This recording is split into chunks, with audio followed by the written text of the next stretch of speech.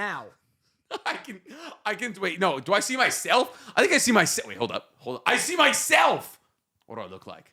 Do I look like a real boy? Papa? There we go. There we go. You want me to chirp? Right. You want me to do some cheeps? Do a cheap. Cheap. That's a stellar, Jay. You're 20. You're 26. You're 26. You're getting into birding about 20 years too early. That's me. I'm too close, actually. Yeah. We're running out of space here. Running out of tarmac. There we go. Yep. All right. Start the pod. Tell me what this looks like. I don't know what happened. I don't know. Nick, please. These were expensive. How expensive is expensive? $200? $200 for... Give me those binoculars. No. Give me these. No. I want to see if they're worth $200. They're pretty good. I don't... Like you have a frame of reference? You big binocular guy? I bet you I look up binoculars on Amazon right now. These are the first ones I find. These are good, though. These ones are good. Oh, my God. You get 10 to 50 units of measurement. I don't know. I don't know if it's yards or miles or what. Where's my microphone? I am in your shit right now. You're right in. Oh, You're right in. God. Beep. I'm starting to understand the appeal here. Danny, I feel like I could watch some birds like a real voyeur right now. They'll be like, oh man, the birds are like, oh, what are we gonna watch on TV tonight? And they're like, oh no, I don't know. Like maybe we'll get into the newest season of Love Island. You're like, oh yeah, I'm gonna watch that shit with you. I thought the bit's like, they're like, what are we gonna watch on TV? Oh, I think I got a nice red, made some pop. Oh, he's looking at us. I was about to jerk it. He's looking at me. So yeah, for those of you who aren't understanding this bit right now, I guess literally last week, without telling me, Danny decided to get into birding. And if you're wondering, Nick, why would Danny need to tell you that? Oh, I don't know. He's my best friend, and he decided to spend $5,000 on a new camera to take pictures of birds. And then he went to Big Bear this last weekend so that he could look up into trees with his girlfriend, who I'm assuming at this point is questioning whether she truly loves him or not. All that's correct. However, the toxicity of this cold open should key people in as to why I kept this a secret from you. And yet you still posted about it on Instagram knowing damn well I would eventually see it.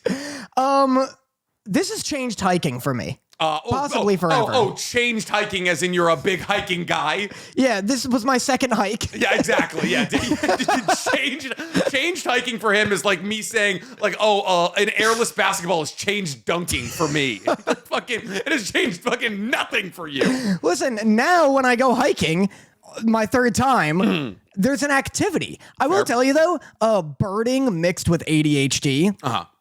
That's a learning curve. I'd imagine. Because one, the difficulty isn't in that I get bored, which is what I was afraid of. I thought I'd invest in all this birding stuff, and then I'd get bored and then regret my purchase. Okay.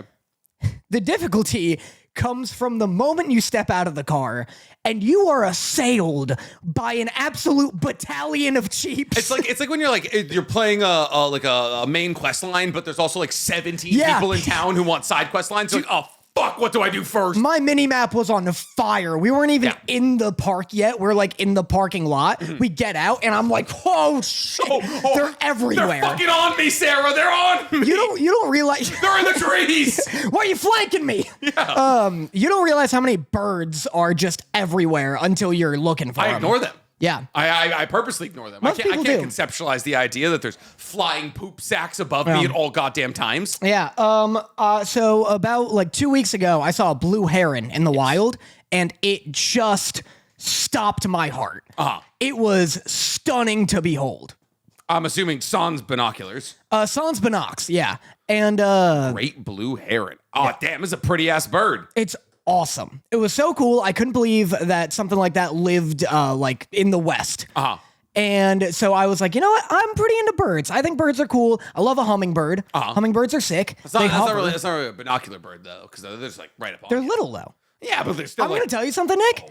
That's what you might think.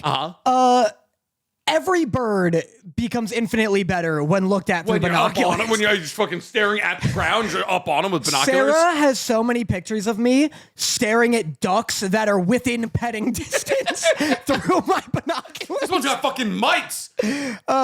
So yeah, the binoculars make every bird a better bird. Okay, I would say that's huge for you. Yeah. So, what was your favorite find of your midlife crisis or quarter life crisis here? I saw a stellar jay. It was pretty awesome. It's like a blue jay, but with a black head.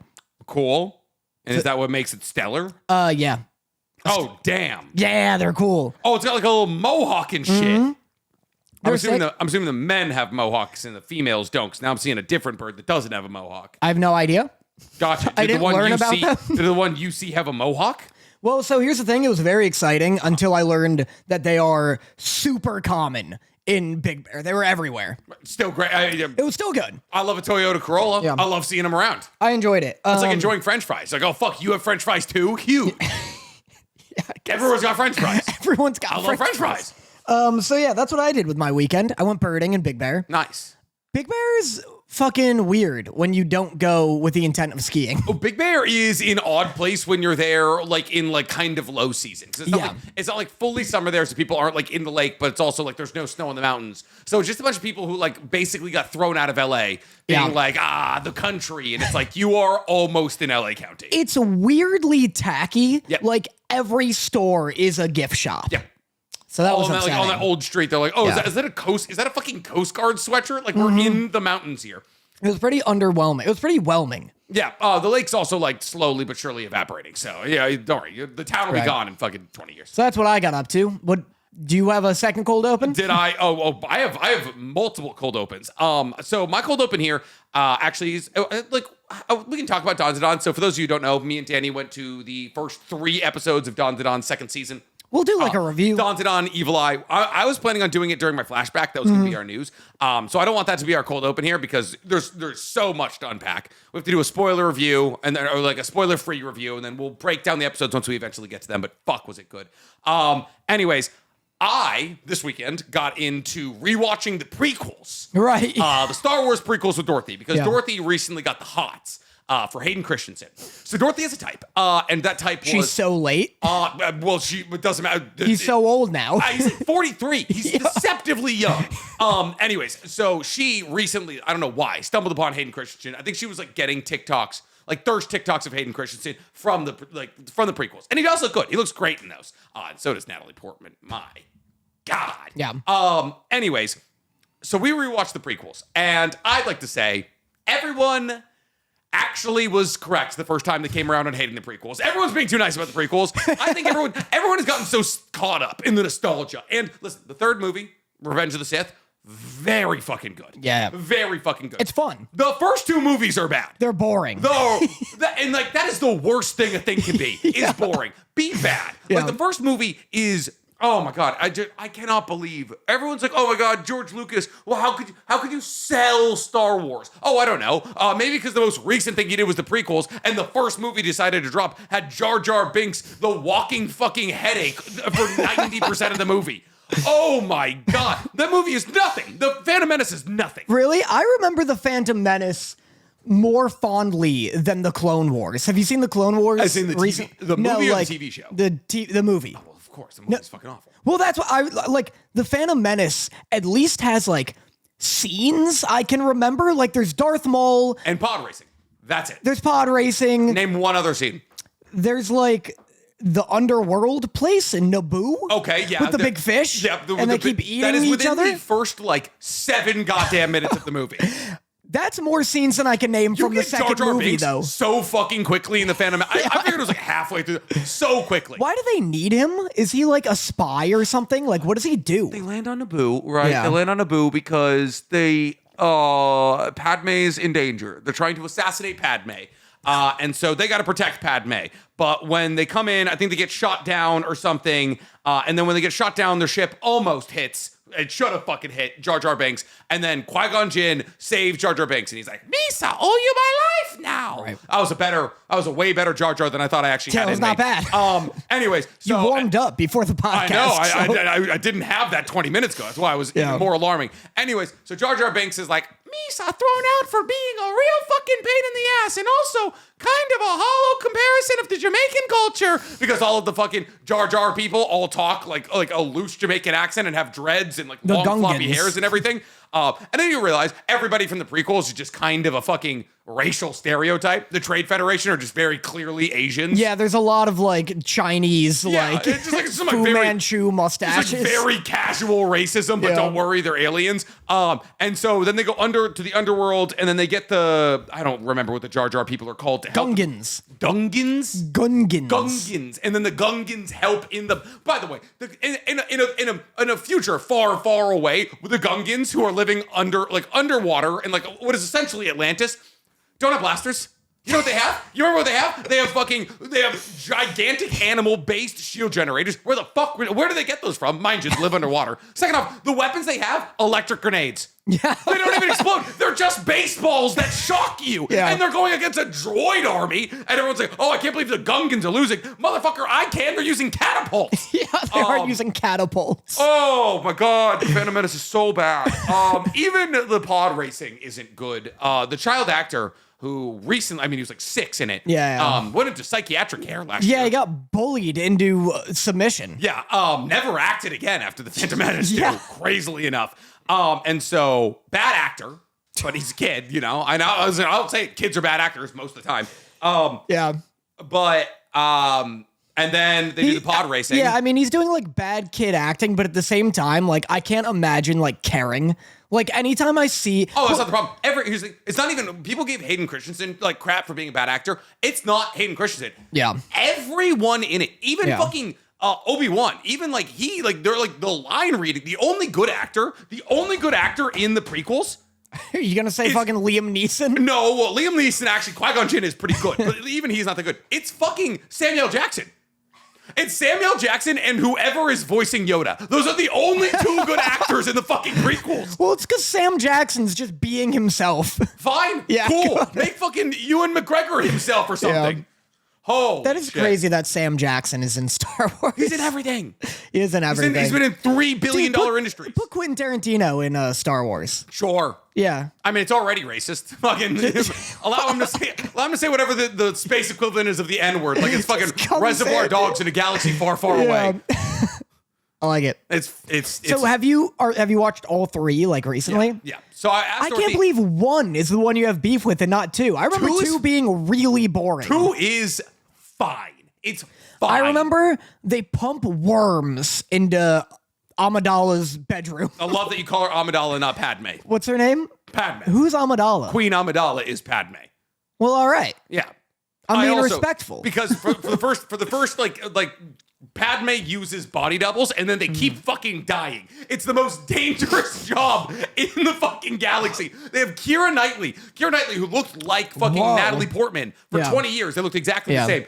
Keira Knightley is She gets wormed? No, it's like Padme almost gets wormed by like a fucking shapeshifter, but then like Anakin flies in and just dices some worms off her fucking shoulder. Crazy saber play. Crazy.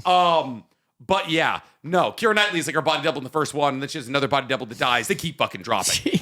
So there's worming in the beginning, and then there's the introduction to the clones. Yeah. So you get a little Jango Fett. Yeah, you get Jango Fett. And then you get the Coliseum fight at the end, which is pretty dope. Yeah, that is good. Because Jango Fett get fucking joined by Mace Windu, dude. It's nothing. Like it's nothing. It was there's the deleted scene where like you see his like jetpack malfunction, and Mace Windu goes leg, arm, other arm, head. He fucking dices him, dude. Whoa. Yeah, they made it way chiller in the actual cut. I like the one monster with it's like a rat with a Venus flytrap for a head. Are you talking about, or no, you're not talking about the one with the long arms. No, it's like a rat. There's 3 of them. So like the bull. There's like a praying mantis. There's the praying one. mantis, and then you're talking about the one that fights Padme. Yeah, crop top. Yeah. You ever seen that scene? It slices her back and it just cuts her top directly into a crop top. And she's like, this is good news. This is great news. Dorothy kept commenting on the fact that every single time you see Padme in the prequels, she's wearing a different outfit. And they are fucking knockout outfits. Like, I think George Lucas focused way too. George Lucas, fucking because he's a bug brain. Bug brain. You're fucking bug brain. Yeah, you're right. But no, I think he literally spent too much time focusing on like, oh, we need to have Natalie Portman in like 18 different looks per movie because wow. Are the prequels unimpressive? Yeah. The third one's great. Revenge of the Sith. Third one's great. fun. I love watching Dooku get fucking do it. The third one's very fun, and that's all it needs to be. Yeah. Like, I don't need them all to be like Andor, which is a genuinely good like drama, like political drama. Yeah. Yeah, it's just the biggest crime of the first two is just that they're dull. They're just boring as shit. Yeah. Can I say something, though? It is insane we compared Jinwoo versus Igris to Obi-Wan versus Anakin. There's like 4 map changes in that fucking fight, dude. It's nuts. It's such a good fight. It's crazy. They start like by the ship, and then they go into a control panel, and then they accidentally bust the control panel, and then they're out on a big like conveyor belt, like conveyor belt lava thing, because it's fucking Mustafar and like lava's a business apparently, and then the thing breaks, and then they're floating on it, and then Anakin just jumps onto a droid and it has to dip its nutsack in the lava for a second. That he's just, and for some reason they can control the droids, and then there's the fucking high ground thing. It's such a better fight than fucking Igris versus like Jinwoo. It's not even crazy. It's like close. Yeah, no, it is. I do respect a fight that has just isn't a saga in and of itself. It's like a 20-minute fight. It's nuts. I do like the idea that like on Mustafar, lava's a business, and while they're fighting, Obi-Wan's just got his Bluetooth in because it's 2003. Yeah. And he's like, buy lava! Buy lava! No, sell lava. We're destroying a lot of the equipment. There's gonna be a lava shortage. Yeah. It's a lava shortage. I know the woke news media's been trying to tell you we're all set on lava, but there's a lot of lava here. Dude, I love when Anakin is getting all burned up. He's on the shore, like the lava shore, and he's like sinking in. He's like missing 2 arms. And Obi-Wan's like, I did all I could. And Anakin's like, I hate you. Yeah. And then he just lights on fire from being as close to lava as he's been the entire time he's been on this goddamn planet. I just love, if I was in that situation, my final words would also be, I hate you, because boy, do I. If I have no legs in one arm, and it's, by the way, it's my robot arm because I lost my other arm in a fight with Dooku with Obi-Wan 2 minutes ago. Yeah. The only other acceptable final words would be, oh my god, please kill me. Why are you just standing there? Fucking Obi-Wan looking at me like, I loved you like a brother, Anakin. Now you need to go. Push me! You literally cut my goddamn head off. Yeah. I understand I'm trying to crawl away. It's because I don't want a lava-related death. Put me to bed. Oh, it's tough. But anyways, immediately after finishing it, I was filming the next day, and Dorothy came up. And there was a TikTok, and it was a piece of bread standing up, and then there was a toaster on its side, and it shot out this burnt piece of toast. And then the caption was, I have the rye ground. And she was like, I get it. And it was like this fun moment where I was like, nice, we're bonding. This is what bonding looks like. Just in time. Yeah. Well, it's like, that's the thing. She got the Hayden Christensen thirst traps that got her into it. And now she gets the funny. Yeah. She was like, how do you know all these lines? Because I was just quoting all this, like, I for the Republic, Anakin, for democracy. Like, and I was like quoting all of it. She's like, how do you know this? I was like, I've been subjected to it on TikTok every day for the last 12 years of my life. He hates sand. He does, because it's coarse and it's fine and it gets everywhere. Yeah, he doesn't care for sand. And then he kills a bunch of kids. And what? Not just the men. Master Anakin. There's too many of them. What are we going to do? And she was like, no, not the kids. And I was like, yes, the kids. Dude, that kid gives a little like jump in response to the lightsaber. That's so genuine. Yeah. After one of the worst acting performances ever, it makes me believe George Lucas must have pulled out a gun, like on set. Like, George Lucas behind the camera, just fucking, that kid he's just been whipping baseballs at him all afternoon. He does such a flinch. Yeah, it's so funny. Anyway, so the prequels aren't as good as everybody says they are, and that's my final take. And if you don't like that, whatever. I don't give a toot. See, look at that right there. That was what George Lucas did. You keep throwing shit at me. I have nothing to throw every week. Everything you just picked something up. This is metal. I wouldn't throw this. I'm protecting my face. Don't. Please. You have a literal jet. You have Kevlar on. There's a bomb in here. Please, it's sensitive. But anyways, me and Danny got a fair amount to talk about this week. We got Fire Force, Vigilantes, To Be Hero X, Windbreaker, and Happy Gay Month, everybody. Happy Pride. Happy Pride. Happy Rainbow Month. Where, hey, if you're gay, we're proud of you. Well, it's all the things. Or a lesbian, or transgender. Hold up, let me get through it. LGB. Wait, oh God. We did this literally lesbian, a week ago. Bi, gay, transgender, queer, intersex, or asexual. Asexual, that's the one. We're proud of you. Or if you're a plus sign, we're also proud of you. But because of that, me and Danny have a fun Pride related game made by one of our fans, which is called Siblings Are Dating, I believe. Does that mean they're all I'm assuming that means they're all same sex. Yeah. Yes. I don't know. We didn't make it. We also haven't read the rules. So if it's incredibly offensive, we'll just tell you who made it. All right? We're going to play it by ear. Yeah, we are. We'll play it by mouth and ear. But anyways, we should get into some of our anime talk here, unless you want to do the game first. Let's get into the anime talk. Okay. So you just walked into my office while I was putting together a script, trying to figure out what I was going to film after. You want to start with Windbreaker? And you, I mean, we don't have to. Go on. Speaking of the gays. Yeah. Yeah, boy, is it. You walked into my room and you said, Windbreaker can't keep getting better. Week by week, it keeps getting better. Yeah. And I just filmed a video the other day talking about this season of anime. And I was like, listen, I'm going to be real. I feel like you've been real down and out on this season. And not until recently have I become to be down and out on this season. And we are not alone in that regard. So I want to give you a little fun factoid that I discovered recently. So you know how I'm always talking about my anime list? Yeah. Which I find is pretty much the best way to just like see... Like, you can go to Crunchyroll and you can, like, check likes and all of that. But I feel my anime list is the best way to keep an eye on how communities are feeling about anime on a month, week, day-by-day basis. You got your thumb on the pulse. Thumb on the pulse, exactly. So on a usual season, how many anime, I mean, let's say like 40 or so, 60 or so anime drop every single season. How many anime do you think get, like, an 8 or higher score? Oh, my God. I'm assuming because of like the context that you're telling me this in, I assume it's like kind of a lot, and the twist is going to be that like none of these shows have one. Mm-hmm. Out of 60, like 15. Okay, so for summer 2025, all right, no, that's next season. Yeah. So for winter 2025, Soul Leveling got an 8.73. Okay. Apothecary Diaries got an 8.86. Okay. Dr. Stone's got an 8.24, and that might have actually been it for that season. So the only show so it's 3 shows out of all of the anime that came out last season got an 8 or higher on my anime list. So it's hard to do. I mean, the fact that Apothecary Diaries, which everybody loves so much, only got an 8.86 means anime fans. It's me. Yeah, anime fans are they're like a 10 should be barely achievable. All of my accounts are bringing down Apothecary Diaries. Yeah. So the most 8s I've ever seen in a season was Danzadon, was fall 2024. So Danzadon got an 8.5. ReZero season 3 got an 8.47.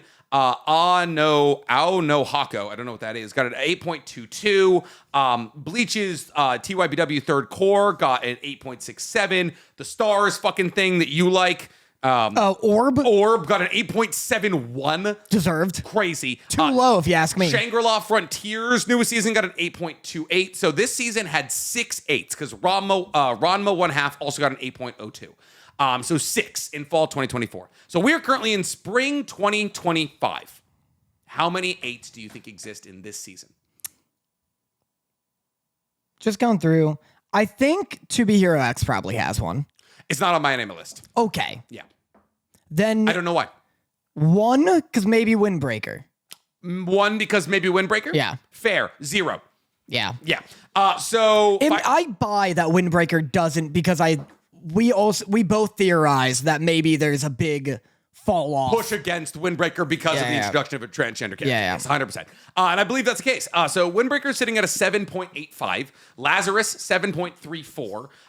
Fire Force, 7.94. And Vigilantes, 7.55. So it's not only just us that feel as though this is like what could have been an impressive anime season has really just not pretty mid. Yeah, it's not but like also not unwatchable. Nothing is like, and even To Be Hero X is starting to get to this point now where I'm not like bored by it, but I'm just not as enthralled by it as I used to be. Yeah, it's not as bad as that season we were watching Dragon Ball Daima and Blue Lock season 2 simultaneously, and that's all we were watching. Man, hold up, what season was that? That might have been the worst season we've covered. That might have been winter 2020, or was that summer 2024? That was like not long ago. Yep, that was summer 2020. Wait, no, hold up. No, it's winter. It was during Christmas. It was during Christmas? The Blue Lock finale was during Christmas because I watched it at home. There's no way it was that long ago. So fall or winter of 2024. Winter 2024 was Soul Leveling Dungeon Meshi, Mashal. No, I don't think that was Ninja Kamui. That was way, way back. It was during Christmas? Might have been spring, but that was Kaiju number 8, Konosuba, Windbreaker, That was a fucking spring 2024 was a season. New Gundam anime is airing on Amazon. Here, find this out. This actually be probably better for news. The Megan Thee Stallion news is very exciting. I think there's a fair to decent chance we can get Megan Thee Stallion on the show, Dan. Don't do that. Did you know this? I don't want her on the show. We can go to the Spotify headquarters, Dan. Oh yeah, that's where she goes. I mean, I'm assuming so we don't have to bring her to the cesspool of a podcast. Like I don't want her cesspool of your house. I don't want her to see her all this. I mean, she'd probably appreciate it, but I can't imagine opening my front door and be like, "Oh, hello, Megan of the Stallion."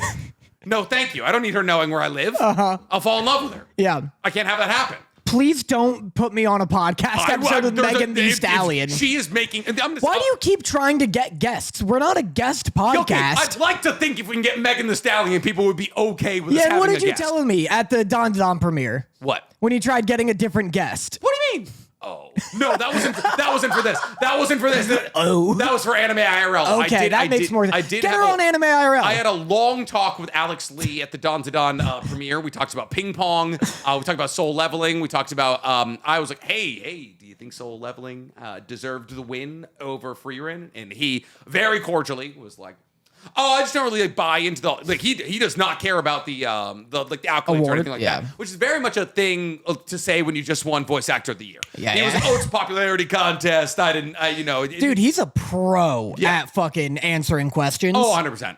And so we're chit chatting. Conversation came to a lull, and I was like, hey man, I'll let you go.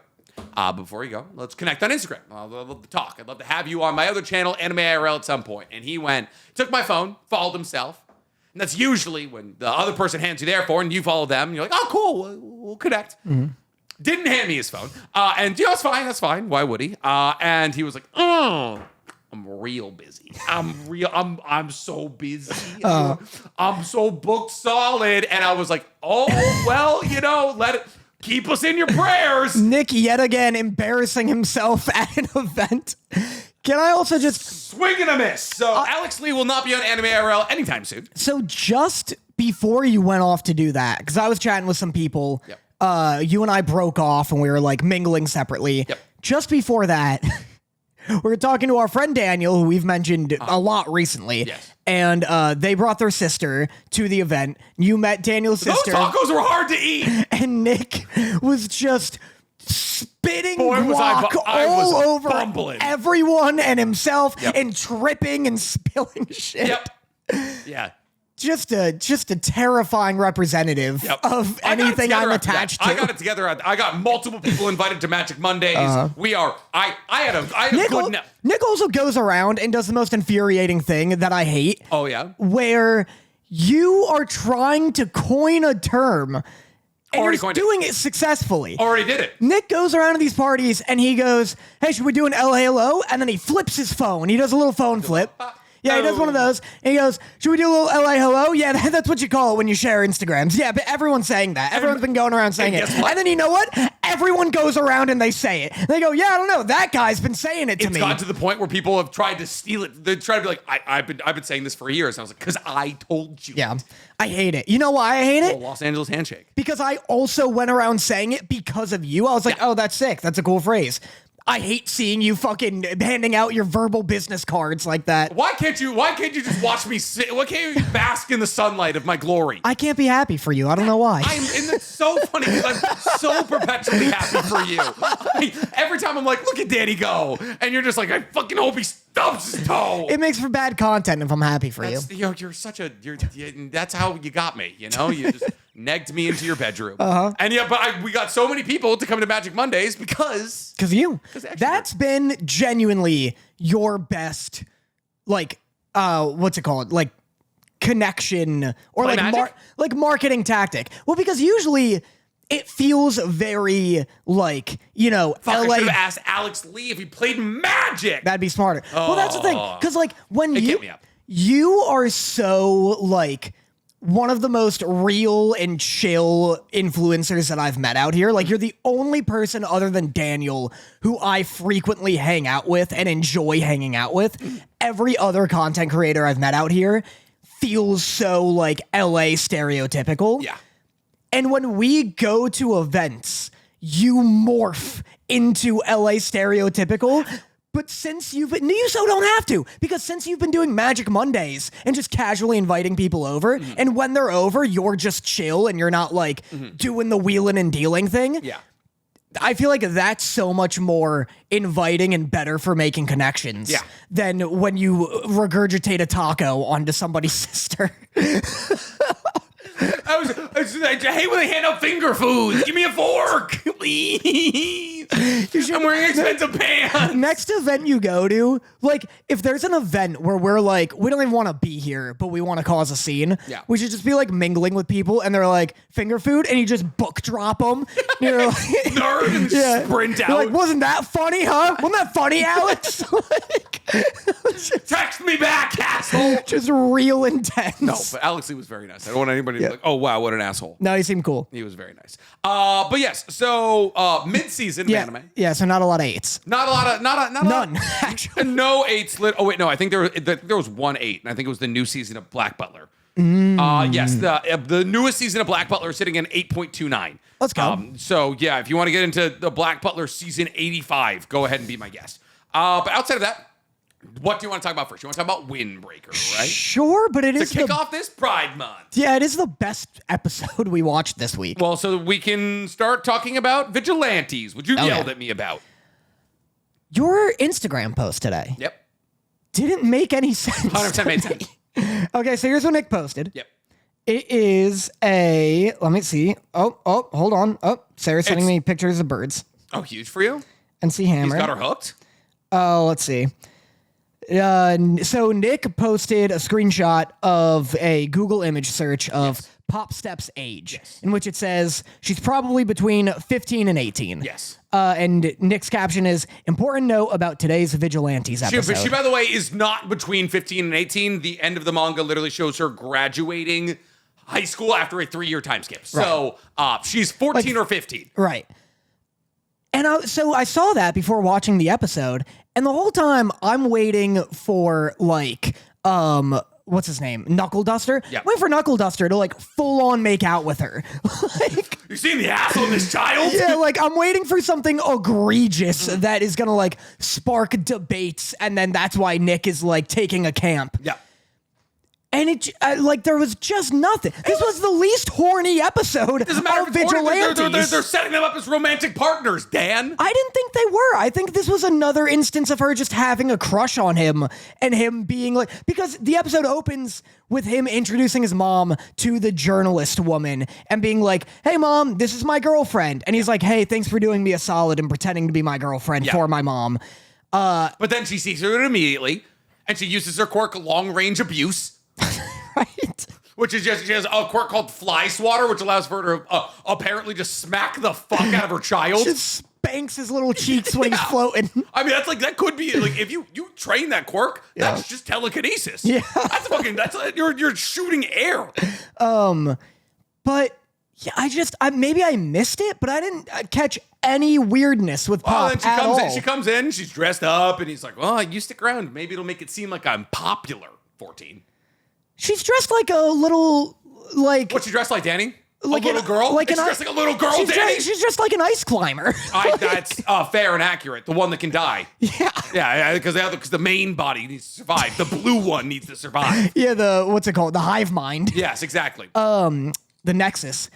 Yeah, she's dressed like a little ice climber. She's all bundled up like a South Park character. Mm-hmm.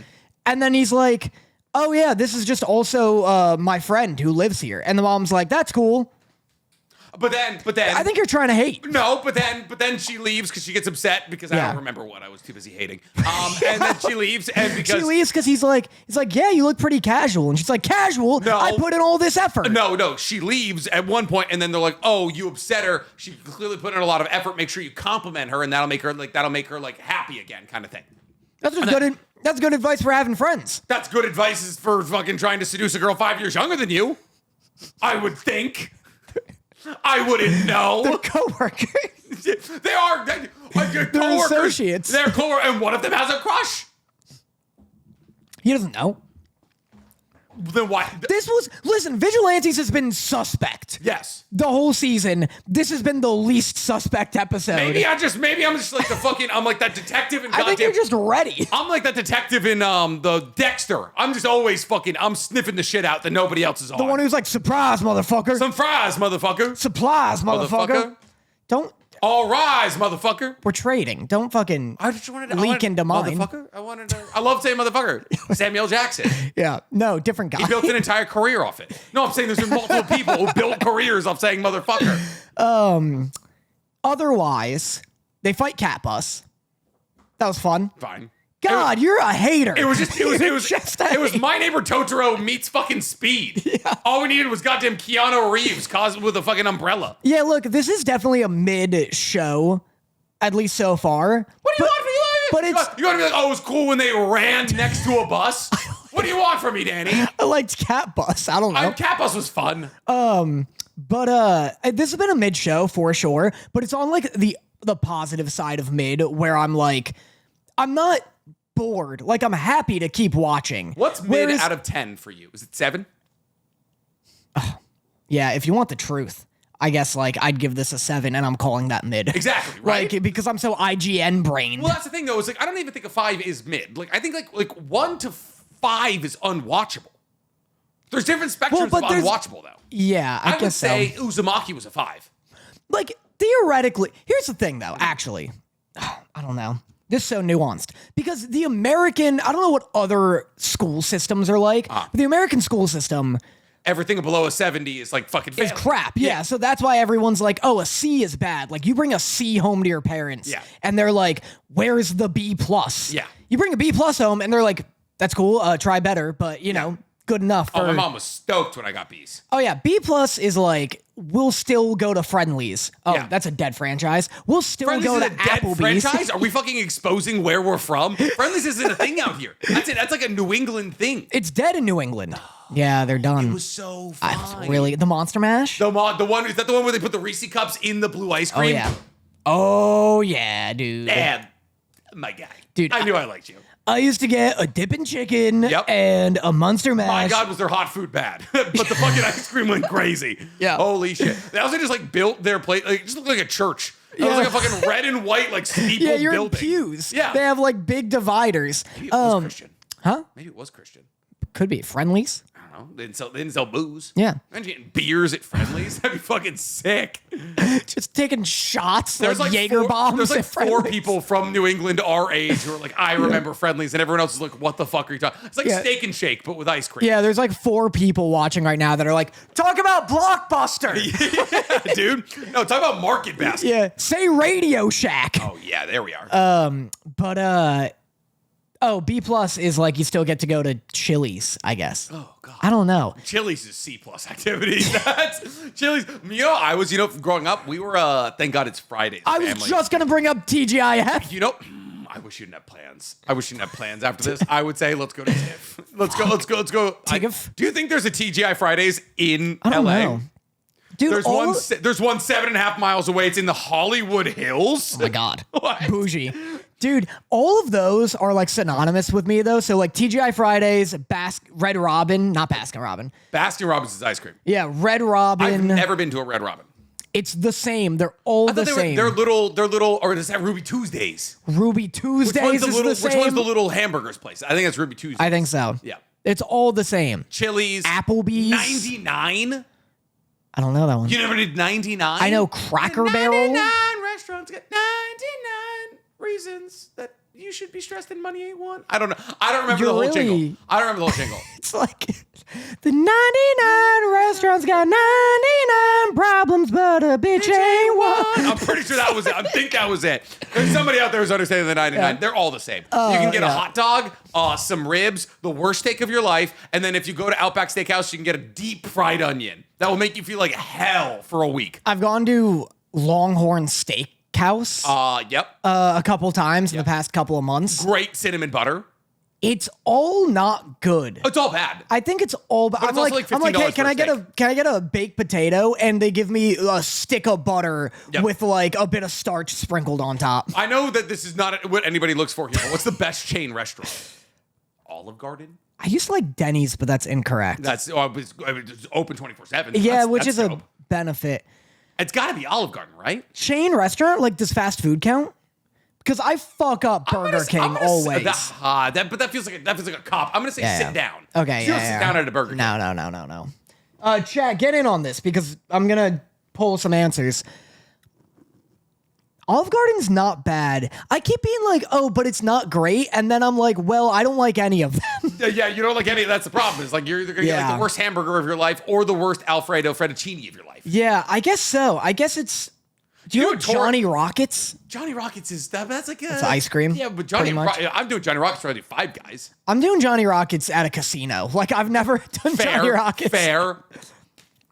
Is it Panda Express? I think I'd rather go to an Olive Garden. Panda Express isn't drive-through, but no one's eating it there. It's like Chipotle. That's fair. You know, like you walk in, you get your shit, and you get out. Low-key, the bougie answer, which is like so fucking LA, could be like Cava or Tender Greens. I don't know. Tender Greens? Tender Greens? What are you, a rabbit? I quite like it. Oh, says the fucking birder. You're insane. Applebee's, Shake Shack. Shake Shack doesn't count. Shake Shack doesn't count. If Shake Shack... No, Shake Shack counts. Shake Shack 100% counts. Shake Shack is a burger king. I've eaten inside of a Shake Shack multiple times. Yeah, I guess I have too. So's Ruby Tuesdays. It might be Shake Shack. I feel like Cheesecake Factory. That's the answer. Yeah. Oh, that's the fucking answer.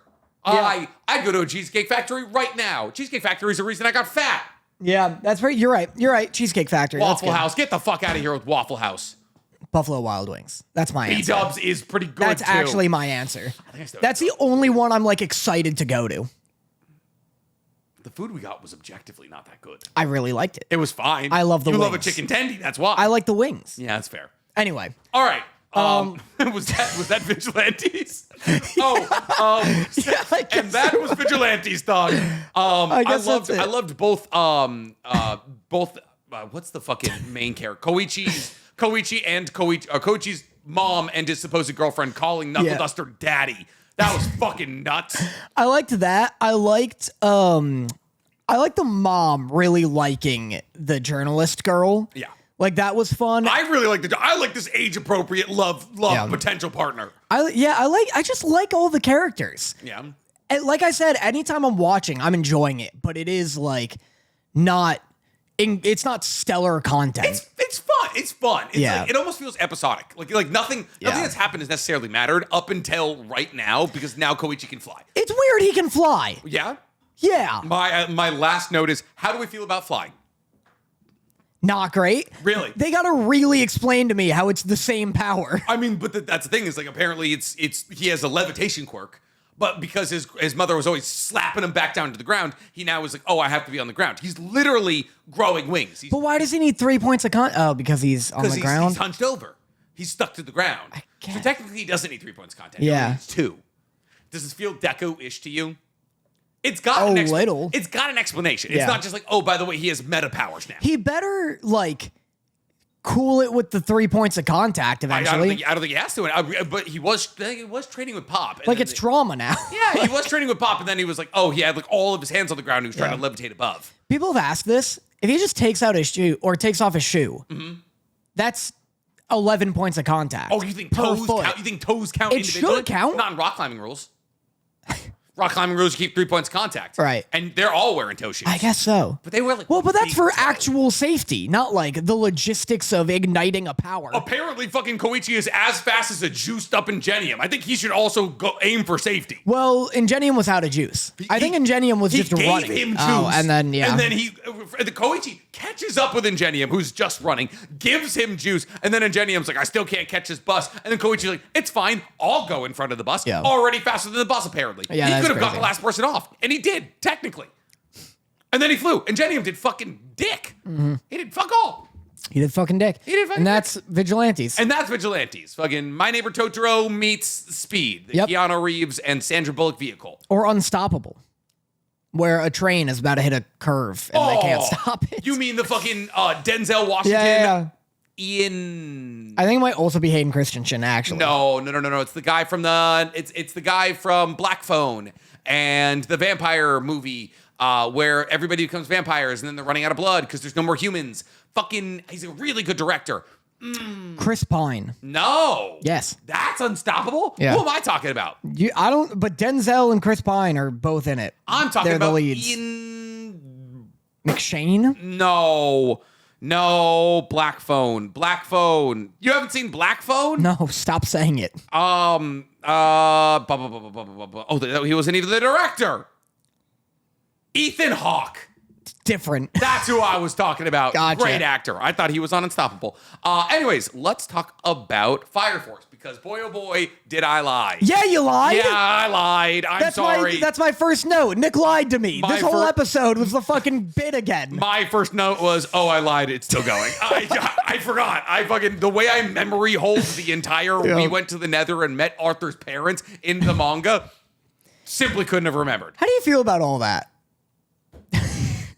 The same way I feel about the majority of this season of Fire Force. I'm taking the fucking blows to the chin. A part of me likes and respects that Arthur's whole backstory is kind of a gag. Yep. Like, I like how that one character, Vulcan's, apprentice, is constantly like, hey, this is really fucked up, isn't it? Yep. And everyone just keeps, ignoring him. And Everyone's he's like, no, okay. his parents are royalty. No, it's fine. Let it happen. Yeah, so this is a funny episode. Yeah. The last 2 episodes have been very funny. I like how a kid comes up to Arthur and is like, help, my cat's stuck in a tree. I need a Fire Force soldier. And he's like, I'll get to the side quests after the main I'm doing thing. the main quest right now, kid. Shut the fuck up. That was all good. It's a level of control I've never once had while playing an RPG. I love Vulcan poking holes in Arthur's bullshit power system that has nothing to do with fire. There's a bit where Vulcan is like, hey, have you ever thought, how unrelated his delusion ability is to fire? And he's like, what are these powers? He literally says that. He's like, I think there's more that we don't know about this because this has nothing to do. Yeah. This is a stretch. It's like the mangaka being like, I'm getting the fucking letters, all right? Yeah, I don't know how to write myself out of this. Fuck off. It's like George R. R. Martin trying to finish a book. He's like, please. Ice of Song. Kill me. I won't do it. I won't fucking do it. Speaking of which, Amos told me to read The Liars of Loch Lamora. Oh, I hear that's good. It's a heist book. It's a heist book. Yeah. I know that. He was just like, he's like, I finished the first book and then there's more. And he told me that while he was super drunk. And then the next morning he's like, you got to read Liars of Loch Lamora. And I was like, we had this talk last night. That's classic Amos. Classic Amos. And if you want to know more about Amos, you can't, but you can buy his hats. Loose Moose Apparel. Loose Moose Apparel. It's his hat store, and I'm the number one biggest fan. I keep telling him to make more. He doesn't really believe in it because it doesn't sell well, but you're his precious little guy. These are good hats, precious little guy. He says he's getting orders because of you. Yeah, I'll just be out and about in this hat, and people will be like, hey, that hat's awesome. And I'm so fucking antisocial that I'll be like, thanks. And then I'll turn around and they'll be like, it's yours, child. Dude, I keep running into instances where a kid will drop something like a plastic donut and it'll roll towards me and I'll pick it up and hand it to him. And 70% of me wants to take off my precious little guy hat and just put it on him. For you now. And then pull another one out of your fucking birding box. Yeah. Oh, man. But, wait, can I hold up? But sorry, wrapping up. There have been a lot of instances where people will be like, what hat is that? And then after I go, thanks. And then I leave. And they'll be like, well, because I'd really like that hat. Yeah. That's Loose Moose Apparel. That's fucking following me. That's literally happened where they're like, that's a great hat. I'm like, thanks. And I start walking away and they're like, well, because can I get one? And then I'll give them the website. But sign their forehead like fucking fans these days. Yeah. Jesus Christ. Dude, I was talking to Josh and John about this, but in college, I had such a horrible habit of 2 possibilities where either I'd be walking and then a girl would flirt with me and just a random girl, she's like, oh, hey, we're at orientation at college. This happened. And I'm wearing a denim jacket. And this girl's like, oh, that's a really cute jacket. And I'm like, thanks. And then she's like, oh, I'm like some old timey crooner. Hey, thanks, sweetheart. That's how I do it. I just pull a cigar out of nowhere. Thanks, dame. Thanks, doll. But I don't feel good. I pull it in one You blow it directly in your face. That's opium, by the way. That was crack. Welcome to addiction. Here's my number. But so I say thanks, and then she's like, "Oh, I'm Rose," and I'm like, "Oh, I'm Danny," and then I'll speed walk away. And so I've heard roses have thorns, so I'm going to stay the fuck away from you. So either like a girl will come and like try and talk to me without an appointment and it stresses me out, or I would like I'd prep all day, sometimes all week, for like some slick fucking like flirtatious line that I was gonna give like a cute girl in my class. And so like this girl was in my class and she was like in my art class and very cute, and I was really like crushing on her. And artsy, cute, artsy, like goth. I was crushing on her. And her roommate was in my acting class, and I was like actually friends with her. And she was like, oh, my roommate told me about you. She says you get really nervous when around her. And I'm like, what? And so then next art. The way that would have shooken me to my core. Next class, you open a leather jacket. It's like, what up? Just crushing apple for no reason. Oh, I'm allergic to apples. No. Why'd you let me do that? I didn't know it has thorns. But so the next art class, after class, she's like walking away, and I go up and I'm like, hey, your roommate said you were talking shit about me, like all kind of like jokingly, but I was like, your roommate said you were talking shit about me, and she's like, what? Like scared? And I was like, yeah, she said you said I get nervous around you, and she was like, oh, that's not how I meant it. And I was like, sure. And then I walked away. And in my mind, I'm like, dude, seeds planted. Oh my God. She was like, the way she had to like talk to her roommate, like, don't fucking tell Danny the shit I tell you. What? It's just funny because I'd be like, dude, I'm so ready for this like killer opener. That wasn't a killer opener, but I'm like, I'm so ready for that. And then any further improv, I'm like, nope, I gotta regroup. I'll talk to you tomorrow. I'll talk to you later. Hold up, I wrote something down for this. I wrote, oh God, I deleted the note. And walks away. And to add to that, I didn't tie my shoes for the entirety of college, so I'm fucking like hip swivel walking away. Like your balls are stuck to your thighs, just fucking wide walking. Yeah, she's like, oh, it's not like that. I'm like, yeah. Sure, it's not. And I just take a step and just fucking like, boom, hospital. Like, just teleport to the ER. I love that in your head, you had this like Zoe 101, like, oh yeah. As you walked away, he's like, I don't get nervous. Oh yeah. She's just like, what the fuck? What the fuck just happened to me?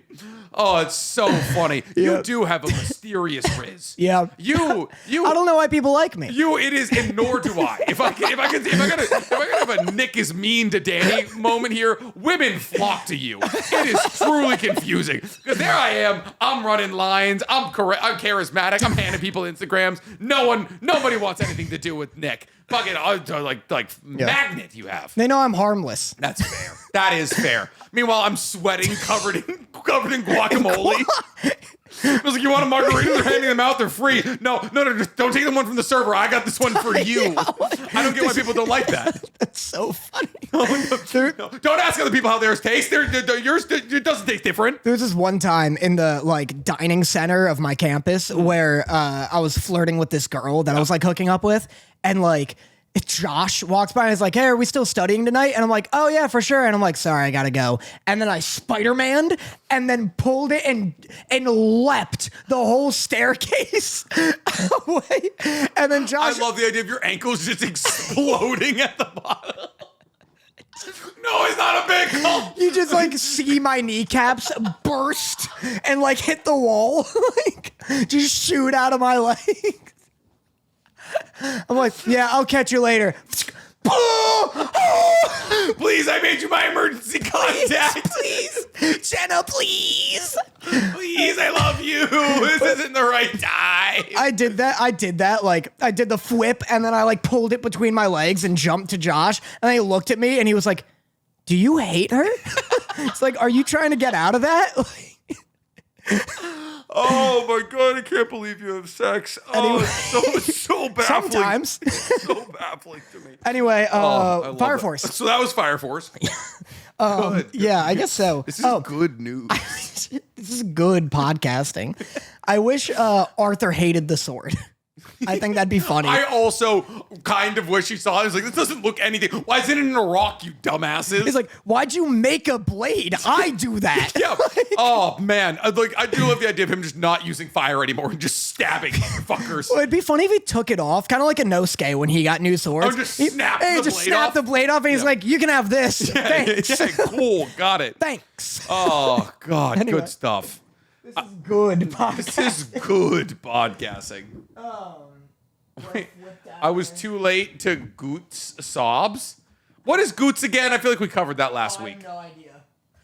A GOOTZ? What is this behavior, Danny? This is how I fucking pulled in college. Take notes. This is how we pulled Goots. Yeah, but what is Goots though? what is Goots though? What is Riz, guys? Please. Guys, please, I don't get it. Oh no. Good time zone, universal greeting. I guess it's just like. Oh, I'm either having deja vu. No, They've this explained happened. this to me before, or this is like the first sign of my dementia finally kicking in. This happened. Okay, cool. Good So time both. zone. Yeah. Like, I guess it's like, oh, it's instead of good morning or good night because it's like they, them of. Oh, the they that yeah we've done stripped the genders off the day. Well, it's like we've because done degendered the day. it's like if I don't know your time zone, it's like Goots, like good time zone, whatever you're in, you know? Gotcha. If you're like calling someone, you don't know if they're in Australia. It's like, I don't know if it's evening or morning. Good. Well, they haven't answered that. Good eye, mate. It's Good always day for them. Yeah, but what true. if it's night? Good night. Good night, mate. Doesn't hit the same. Bye. Bye. You fucking see you, nerd. All right, should we talk about To Be Hero? Yeah. Everything's just fine. This should be the best season of anime ever. Yep. And yet we're like if you had to give This season, was like an Arcane episode. There were so many goddamn music videos in it was like 4 different songs. She was playing in different stadiums. She was playing at fountains. She was losing the gambling tickets, which are, by the way, it's so funny. Those are everywhere in China. China's got its fingerprints all over the show. Every time you walk in like a popular street, there's little like stalls, and you just buy these little cards and you scratch them, and it just tells you if you've won or not. And people buy like hundreds of them. They're crazy. We have those. It's like scratchers, They're but scratch-offs. it's like the way it's not like oh, lucky 7 or anything. It's like you just buy like a red ticket and you scratch it. You know, like you play a scratcher, it's like you play a scratcher and it's like, oh, get 7 sevens and you get $1 million. This just says you won. It just says you won there's or no you didn't, game attached. and then just cash it in. Yeah. Nice, that's cool. But yeah, so it's been a real like I don't know, Lucky Cyan's arc is just not that interesting. Yeah, I like the art style. The songs are like pretty good, but there was like 4 of them in this episode. And they're all kind of indiscernible from each other. Yeah. And then also, I think this is the last one of hers. It's the last Lucky Cyan episodes. You want to talk about? You want to skip? I mean, it's basically like there's not a huge amount to talk about here. She just becomes Lucky Cyan. Yeah. People still try to take advantage of her. She gets noticed. She blows up. She gets her trust value back. What's happened at the end there? Do you think it's the boy? You think it's because like the boy is bad luck, right? Oh, right. The boy's like been a curse everywhere he's went, and then we see invisible Octo Arms, Octo Daddy, whispers like presumably his sleeper agent like code into his ear, and then everybody at the orphanage is like some form of zombie, right? But like even the guy, even fucking Octo Arms has like red zombie eyes, So they're gonna try and kill Lucky Cyan. I guess so. Well, I don't know. Right? Yeah. Every single arc has left with a cliffhanger of sorts, right? So like in like Nice left with the cliffhanger of like maybe Isol killing Moon kind of thing. The Isol arc ended with Isol being dead, old Isol being dead, and then was that it? Was that might be? It might have been like they combined or something. Like there's like some weird ending to Isol, and now everybody at this orphanage is like zombies. Yeah. And we're moving backwards in time also. Oh, really? Because yeah, we are. True. Because like Isol wants to go to a Lucky Cyan concert. We watched Lucky Cyan become. Yeah. So we're moving backwards in time. Yeah. So whatever's happening with. Holy shit! Hold up, it's starting to come to me. So wait. So. Think about the endings of every single one of these, right? So Lucky Cyan becomes like a zombie, right? Then we get Isol. And then we see some iteration of somebody who looks like Isol killing Moon. So like so a zombie Isol, you think? Yeah, it's like they're all like kind of pseudo connecting to each other. And like maybe it's the new Isol who killed Moon kind of thing. Who's next? Hopefully Ghostblade, dude. Yeah. Unfortunately, we got tagged in an Instagram story that is almost definitely long. What is this fucking show called? To Be Hero X episode. I'll just do schedule. Episode schedule is a great word. Thanks. I came up with it myself. I'm so proud of you. Queen. She gets 2 episodes. Nope, Lucky Cyan's got 1 more. Lucky Cyan does have 1 more. And then Queen, dude, this show's gonna air into fucking September. September 14th is X's episode. That's crazy. Dragon Boy is gonna be on during my birthday. Ghostblade is after Lolly. Uh-oh. Are you coming to my birthday? Yeah, why not? You're coming to my, why not? Yeah. You coming to my birthday? Yeah. I've had a lot of people cancel on me. What date is it I've again? had to start considering inviting women, Dan. I'm real up against Was it just gonna be 16 dudes? That was you the know hope. 16 dudes? I'm fucking stretching right now, Danny. I'm inviting some real B-listers, all right? There's some outside friends getting invited here. What date again? August 22nd to the 24th. Yeah. Yeah? Yeah. It's gonna be a lot of drinking and boys. Nice. It's gonna be sick. Doesn't sound like it. I know, dude. all my fucking boys keep canceling on me here. That's tough. Is Dorothy going? Yeah. She's like literally my day one homie. Then invite women. No. They scare me. Okay. And they don't like it when I do my honka jokes. Yeah. Yeah, they I tend don't to do not. those. That's a joke in itself. Good. Good. This is good coverage. Yeah, so then we go on to Queen, and then we go on to Lolly. Yeah, I don't love that either, for being real. Because she does look young. I'm excited for Ghostblade. Yeah, I'll tell you that right now. The Johnnies looks cool too. I'd be but down there's for also that. The Building has an episode, which is wild. Yeah. I'm kind of upset that Noir Dog only gets 1 episode. Yeah, Ahu. Yep, and then we get X. Man, Dragon 24 Boy. episodes truly is. I mean, it's half a year.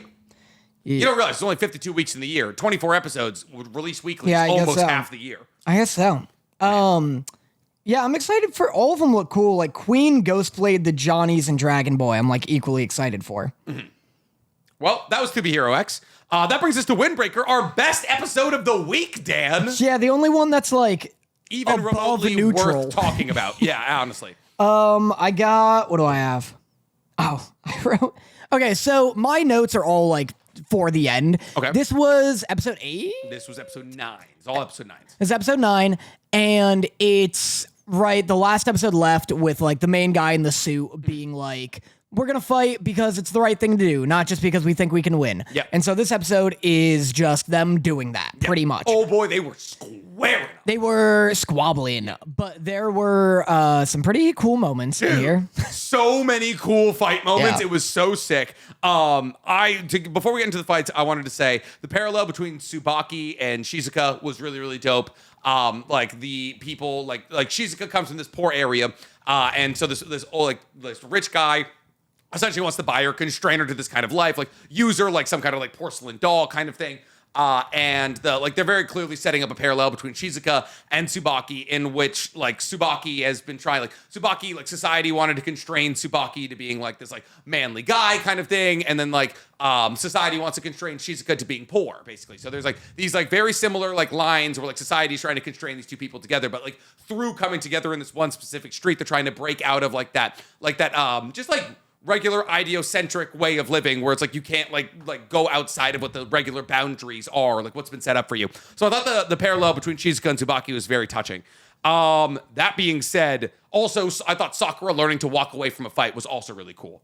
Like Sakura realizing like, hey, sometimes like there's more important things than just like trying to see who the strongest guy here is. Yeah. Like we have to protect those that are important to us, and Shizuka is currently one of those people. Yeah, and I like Tsubaki, like Sakura's like, nah, I wanna tussle. I love tussling. Yeah. And I like that Tsubaki like is kind of able to read him, and he's like, or she's like, hey, champ. Yep. I need you for the most important job. Yeah, the way you know? it's like, hey, wall watch is important, Ellie. yeah, Like, please go up there. Yeah, I like Tsubaki being like, oh, you don't understand. Like, I need the best fighter protecting what's her face. Because once they get through us, that means they're super duper strong. All right, we're actually more of a filtration system. Yeah, so I like that. It also makes me wonder: is Tsubaki like older? So Tsubaki is in Umamiya's grade, I believe. I believe they're in the same grade. Gotcha. And Japanese. Are they like seniors? Japanese high school is 3 years. So Tsubaki would be like 2 years older. Got you. Okay, yeah, because that was very like Tsubaki's giving like a big sister kind of vibes in this and episode. they describe Tsubaki as a big sister role to Shizuka, who is, I presume, to be older because she's with the fucking leader of Roppo Uchiza. So I don't know how much they talk about Roppo Uchiza like they're very close in age to the Bofurent people. So I don't know. I mean, even though they're all grown ass adults, they're like at least out of high school. Yeah. So I think it's like more about the fact that like I think Tsubaki is just very much like a grown person in that like the personality. Mature. Yeah, it's like mature. Yeah. So they fulfilled this like older sister role to a lot of people. Yeah. So that was cool. The twins fighting was sick. That was my final note. I said these twins are sick. Dude, them just grabbing each other. They're just using each other as like projectile weapons. Yeah. Just like yeeting each other at each other. Them fighting was sick. And then also I loved Tsubaki being like, hey, clear a path for me. Yeah. Like that was sick. Tsubaki fought a bit. Mm-hmm. Fighting in heels. Awesome. Tsubaki apparently being so ridiculously powerful that like the concept of them getting hit was like mind-boggling. Crazy. And they got fucking hit though. Yeah. They like blood exploded out of their face. Yeah. But that fight was just sick. I really like them being like, okay, you're my new dance partner. Are you gonna lead? And then them just like dodging all of the hits was really cool. Yep. There's a bit, so Tsubaki gets punched, and then the weird fucking little freak kid like has some makeup on his fist, and then he licks it, and he goes, ugh, it's makeup. Yeah. And then he goes, not only does it not quench your thirst or fill your stomach, but it doesn't even taste good, yet you put it on your face anyway. Yep. It's not food. It's not everything goes, and not your face isn't comprised of mouth. Not how it works. What? Some things, not mouth. That was such a weird. That was like in Star Wars when they're on the salt planet and the guy licks some of the ground and goes, "Tuh, salt." Like, hey, even if it wasn't salt, it's the ground. Okay, why would you even you're like, cool? Did dirt taste good to you? What the fuck are we talking about here? So that was funny. God, that fight was kind of sick though, and like they were like fly and it would turn red behind them. Oh yeah, that was pretty. That cool. shit's awesome. Say what you will about the sequels, some pretty cool cinematography. That movie is gorgeous. Yes. But then Tsubaki goes, I become stronger when wearing makeup, which in a vacuum is like awesome. And they do a little kind of Sailor Moon thing. And it was like really just beautifully done. Yeah. But as a parallel to what this weird little freak was scolding the other group for, like remember when he was like, why do you guys wear suits? Do suits make you feel stronger? Yeah. And Tsubaki being like, makeup does make me stronger. Yeah. That's awesome. Yeah. That was such a great payoff to that. Exactly. And then also there's just like the conversational piece of like, hey, like the makeup is the expression of who I want to be. Yeah. And it's like, I feel like it's actually very close to like how a lot of people who perform drag probably feel, where they're like, oh, like when they're not in drag, they feel like, you know, like not, I don't want to say like, probably like more sedated, but when they're in drag, they have these like exuberant, like extroverted personalities that come out and they're like, oh, this is like the true core of who I am kind of thing. And so that was a cool parallel there as well, I found. Yeah, I really like that. And then the weird little guy goes, so what if your heart gets stronger? Who cares? And then Tsubaki proceeds to kick him square in the chest. Yeah. And I really wish his heart exploded. Just that Tsubaki gets a murder charge. Yeah, it's like, well, fucking, all right, well, thanks for being a sick character, but you have to go off to jail now. Yeah, it does feel like this is the Tsubaki arc. Actually, I lied earlier when I said this was my last line. I said, truly sit down, Sakura. This is Tsubaki's show. Because my God, like the way Sakura has been a background character this entire season, not that I'm necessarily complaining. Like I think Sakura's a compelling character, like his journey to try and like become like an actual human has been interesting. But like, getting absolutely lapped by Tsubaki here in terms of interest. Yeah, super sidelined. And it makes me a little nervous because on one hand, it's super good, and I love Tsubaki as a character. But at one point, Tsubaki won't be in the show, and then you're like, why is Sakura not carrying the show? Yeah, I'm nervous for when the Tsubaki arc ends, and then, like, does she just go away? Like, is she still hanging around? But, like, obviously she's not going to be, like, in as much of the spotlight. Yeah. And I'm hoping that whatever replaces her is going to stay as interesting. Yeah. But I feel like Tsubaki's, like, Rengoku of this story, I think. In that the end of their hair is different colored from the top of their hair? Exactly. So that was Windbreaker. Good. Yes. That's why you come here, for this deep, interesting break-ins and cinetub. I couldn't even. Sanatubui. I wanted to say, I'm having a lot of trouble with the word cinematography. Yeah.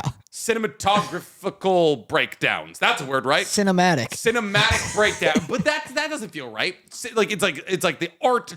You want to say like cinematography, but like with an ly at the end. Cinematographic.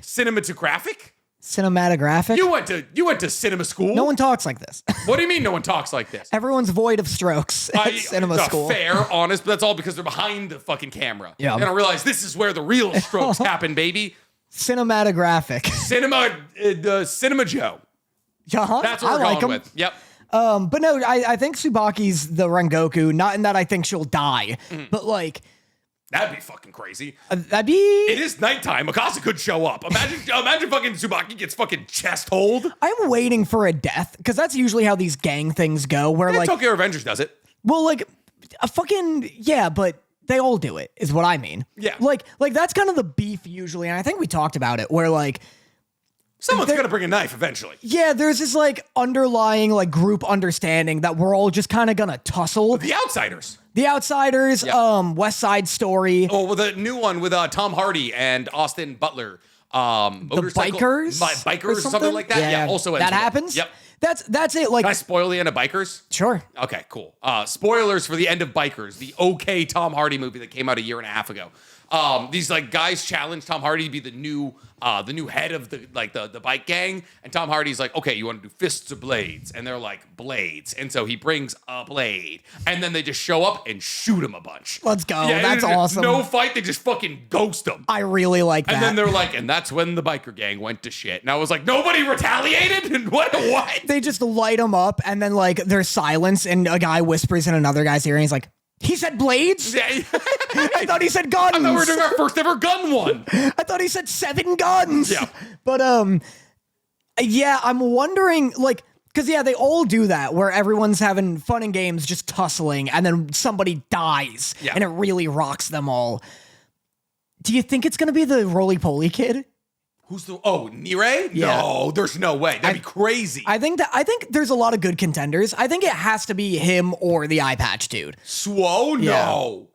You think Swo die? You just don't want them to? I don't want either of them to die. There's plenty of people I would kill off. Yeah, but Muscle guy. I don't give a shit about them. You want an important person to die. Oh yeah. I won't care if it's not an important person. That'd be because I would care if Tsubaki died. I'd care also. It's probably bad form to make like your one trans character like, be the one who dies. Yeah, I don't know. Trans people die too. Well, I don't know though if they do. I'd have to look that up. I haven't seen it personally, but I'm assuming they do. But I mean, like with RuPaul died. Yeah, they were trans. Did they? No, they didn't. RuPaul didn't die. I apologize. I got RuPaul and the guy who made fucking. I got RuPaul and he was Kanye's friend. He made I got RuPaul and Kanye mixed up. No. Kanye who died. They were big into fashion. They did I don't know what you're talking about. Fucking Virgil. I got RuPaul and Virgil mixed up. Never listen to this without Google on a second monitor. We said this like the way we cannot be used as a credible news source. Like 4 people were like, "What? RuPaul dead?" I can't wait for Otakus Anonymous. I can't wait for someone. Yeah, the New York Times. Yeah. Like, I can't wait for RuPaul to be walking down the street and someone's like, "Oh, I thought you were dead." The premier news source, Otakus Anonymous, killed you. But no, I mean, Virgil Abloh. That's the name for sure. Trans people die, but like, it's one of those things where like. There's so few, like, just casual, bold trans representation in anime, in media in general, that it's, like, better to just have that character, like, you know, live. Yeah, like be involved in more important moments down the line. So, like, the amount of people who are like teetering on the line of like, oh, do trans people deserve rights? Can be like, oh, look at this cool character telling me that trans people are cool. And it's just better to not make like that type of spectacle out of it. Like it's nice to have it be like casual representation rather than being like, oh, this person's special and also they have to die for everyone to learn a lesson. The way that One Piece walked so Windbreaker could run kind of thing, because like One Piece does have some like pretty cool and pretty poignant trans representation, but they're all very like Rocky Pictures Horror Show. It's like very like drag coded. They're very like drag coded, very like effeminate, over the top kind of thing. Like Tsubaki is just like a person who enjoys a thing, and that thing just so happens to be like dressing effeminately and like living a more female centric lifestyle. Well, it's like what you said with the Owl House, where you like when there's just casual like gay or queerness or lesbianism, and it's not this whole like, oh, we have to go through this whole like, oh, am I gay? Am I not gay arc? Am I bullied for being gay? Like, if you're gonna have this representation, it's nice to have some examples where someone can just be like openly, casually trans or femme, and everybody without needing like, you know, a gang war about it. Yeah, everyone also just kind of acts like, what's funny is like everybody, at least like where we're from or where we currently live, everybody just acts the same way that they would react like if they heard it today. Yeah, it was like, oh, like Tsubaki would walk in and be like, no, I'm actually like genetically male, and everybody would be like, oh. Yeah. Cool. You know, fucking moving forward. Yeah, I just watched you punch the fuck out of that guy. Yeah. Fighting in heels is crazy impressive. I know. The weirdest thing anyone has said to her is, do you eat this shit? Yeah. Yeah, that's like the guy who comes from like apparently the war-torn side of Tokyo. Yeah. Fucking like nobody gets out of this side of Tokyo, the nicest city on earth. Yeah. But yeah, dude, I can't believe I'm excited to see Windbreaker each week. That's pretty much the only thing I'm excited to watch nowadays. You should have placed bets. I would have put down so much money that I would never care about Windbreaker. God damn it. Next time we're watching something and like we have this divide, like to be here. I'll put an outfit on it. Yeah. Because you usually have a better thumb on the pulse. I do. What was there ever an instance where I was like, no, this is going to be bad? I think Fire Force is a little close because I was like, this is not where I want it to be. The one I was out on, the last one I was out on before you were was Go Go Loser Ranger. But right. That one, I usually know when something's going to be good and when something's not going to be good. And it's mostly based off how many times I see advertisements for it in other countries. Like the reason I was like, oh, Windbreaker Season 2 is going to be heat is because I went to a cafe in China and it was Windbreaker themed. And I was like, these motherfuckers know something I do not. Wow. Yeah. Windbreaker themed cafe in there's a mall in China in Guangzhou that's called Comic City, and the entire thing is dedicated to anime shit. It's fucking sick. That's sick. And then like people just casually cosplay. What's cool about China is like people don't just like cosplay at like cons and shit. People will just cosplay and go hang out on like a Saturday. Yeah. It's awesome. Anyways, that's the 4 anime we need to talk about, which means it's time to get to the game that, mind you, we did not make. Well, hold on, let's find out if the game's offensive. You want to take a break? You want to take a quick break here before we dive into our Pride Month game here? Well, rather than be like, oh, we didn't make it, don't worry, let's... Okay, I'm going to read it anyways. I don't care. So the game that we're thinking about playing today is Siblings or Dating, Pride Month edition. This game was put together with the help of Swanky M. Cord and Angel Rose. Okay. I never from know OA where to Discord. find it. Below are options of couples from anime neither Nick nor Danny have seen. Each question contains one pair that is dating and one pair that is siblings. Your job is to identify one that is dating and one that is siblings. Okay, cool. They are all same sex. Yes. I was afraid that it was going to be a bunch of straight couples and then a bunch of same-sex siblings. And then the twist at the end is that the person who made this is like homophobic. And they're like, you see? Yeah, look, you can barely tell these guys apart. God, there's always a billion of these. There is always a billion of these. Wait, no, it loops, I think. What do you mean it loops? It loops. I'm not seeing a loop. I'm down at 8. I'm not seeing a loop. Right. I'm now at 10. I'm not seeing a loop. Oh, you're right. Oh, gotcha. Okay. There's answers. There's answers at the bottom. I see. So it shows us 2 screenshots, and one of them are siblings, and one of them. One of us dating. has got to be in the answers because we don't know the names for any of this, and this is an audio platform. Nick, I know the names of this. Oh. I watch porn. Yeah, you do, baby. I watched some earlier today. All right, I'll be in the answers. You're being the answers, and then I have to guess? Yeah. Okay. So I know this is Miss Kobayashi's Dragon Maid here. I think the main character's name here That's the only one I know. is Subaki. Is the main character's name here Subaki? I think the main character's name is Dragon Girl. Dragon Girl. Yeah. All right, so tell us what we're looking at here. Do you want to do like a, even if this doesn't go on TikTok, Okay. you want to do like a... In celebration of Pride Month, me and Danny are playing a Pride edition of Dating or Siblings, in which we have to tell between 2 people. Tricky, huh? Yeah, right. All right. There's 2 images, and we have to tell from those images who's dating and who's siblings. Yeah. In celebration of Pride Month, today me and Danny are playing a Pride Month edition of Siblings or Dating, in which I'm shown 2 images of 2 people. In celebration of Pride Month, today me and Danny are playing a Pride edition of Siblings or Dating, in which I am shown 2 images of 2 people, and I have to decide which ones are dating and which ones are siblings. Danny. All right. Number 1, we have Kobayashi and Toru from Miss Kobayashi's Dragon Maid. Gotcha. And number 2, we have Yotsuba and Ichika of Quintessential Quintuplets. Okay, well, wait a second. That's a huge hint. I haven't seen either of these shows, but I'm assuming the girls from Quintessential Quintuplets, the show about 5 girls who try to date one guy, are related. Do you think there are no other girls than the quintuplets? I can't imagine you need more than 5 women trying to date one guy. Well, but okay, fair. I think that's what Quintessential Quintuplets is about. Yeah. Well, I just mean there could be women characters that aren't trying to date the guy. Oh, yes, but these girls also have very similar looks and hair color. And I'm pretty sure all of the quintuplets have reddish hair. All right, you are correct. Yep. These girls look nothing alike.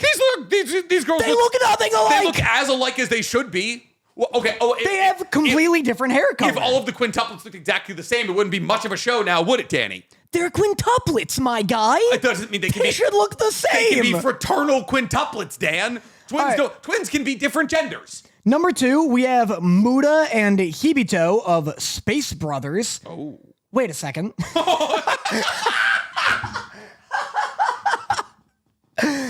Pick different. Hold up. And Shion and Nezumi from number 6.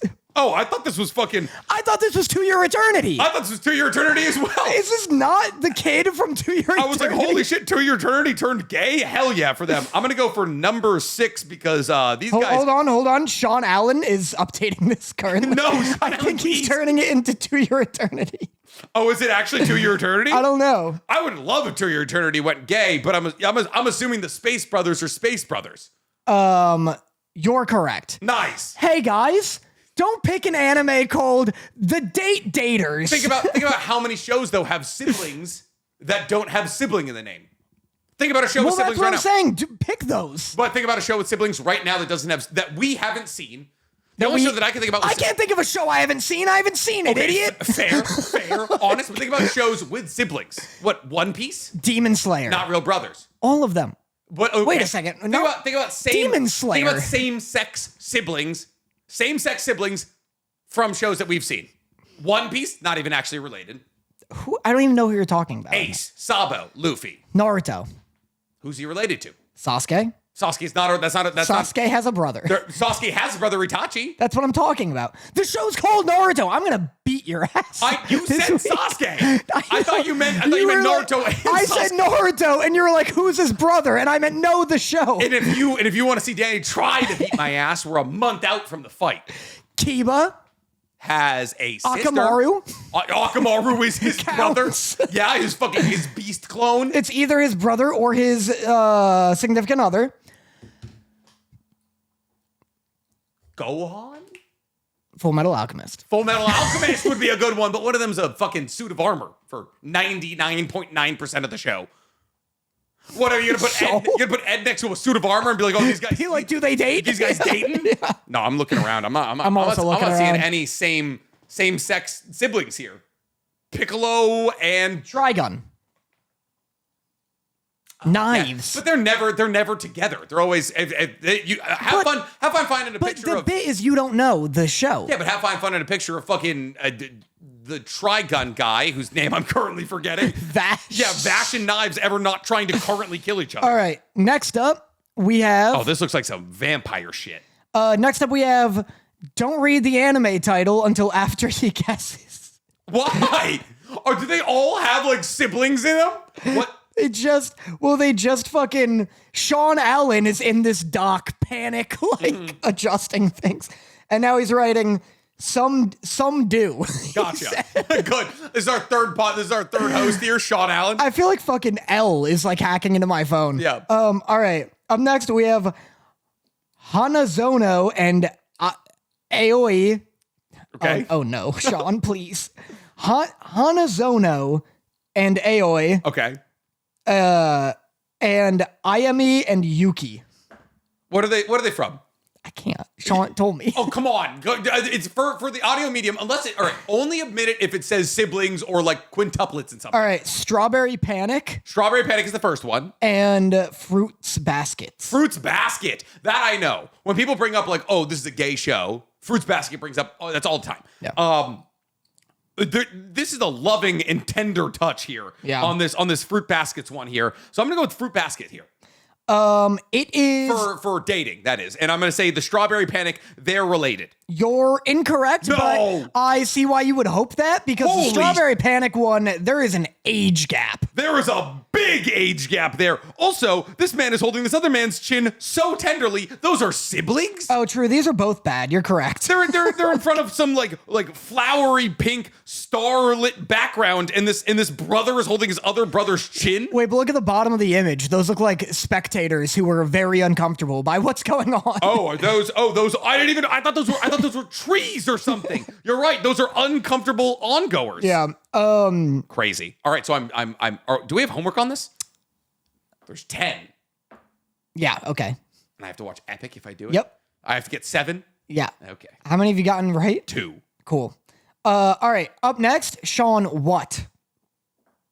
Don't delete the title, Sean.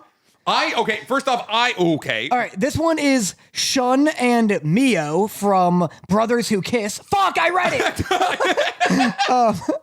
All right, Shun and Mio, and the next is Hikaru and Kaoru. This is from Orenho's High School Club. Okay. I know for a fact those are 2 brothers. You're correct. Yes, I am. The other is from Stranger by the Shore, and this looks like a fucking loving relationship. It kind of looks like 2 dudes just casually holding hands, one in a cropped shirt. It kind of looks like Beyond the Boundary. That is a nuanced reference that a lot of people are not going to get, but the art style reminds me of Beyond the Boundary. Man, it will never get weird that these twins. Always. Yeah. Never get unweird. Those twins were always loving on each other. All right, moving on. That's intense. Number 5. I'm doing pretty well here, Dan. Is Oren High School Host Club fucking weird? Only weird in like like a vampire show from like the early 2010s. You remember like when everyone was really long and like I'm trying to think of like give me an example here. I'm talking about brothers kissing, not the art style. Danny, I'm getting there, okay? All right, you remember the era when it was all vampires? And it was just like a bunch of just men. Yeah, like Helsing. No. Okay. No, I'm talking like long, like kind of gay vampire. Okay. Early 2010s, like Rosario's vampire. It's kind of like, it's weird if like Rosario's vampire is weird in that everything was horny. It is. And wrong in the early 2010s. Oh no, I'm supposed to watch this for Patreon. Watch what? Oren High School Host Club. You're gonna love it, Dan. Oh no, you're gonna love it in that people are gonna love it, Dan. Oh no, you're a big fan guy. I'm trying to move away from the weird shit. Too bad. You just watched Ghost dubbed. Yeah. Ghost. Why do you think I'm trying to move away from the weird shit? So you have to be like, oh, there's the R word again. Yeah. Trying to clean up my Patreon here. Say. All right, up next is you and Toko from Bloom Into You. Oh boy. Crazy, intense name.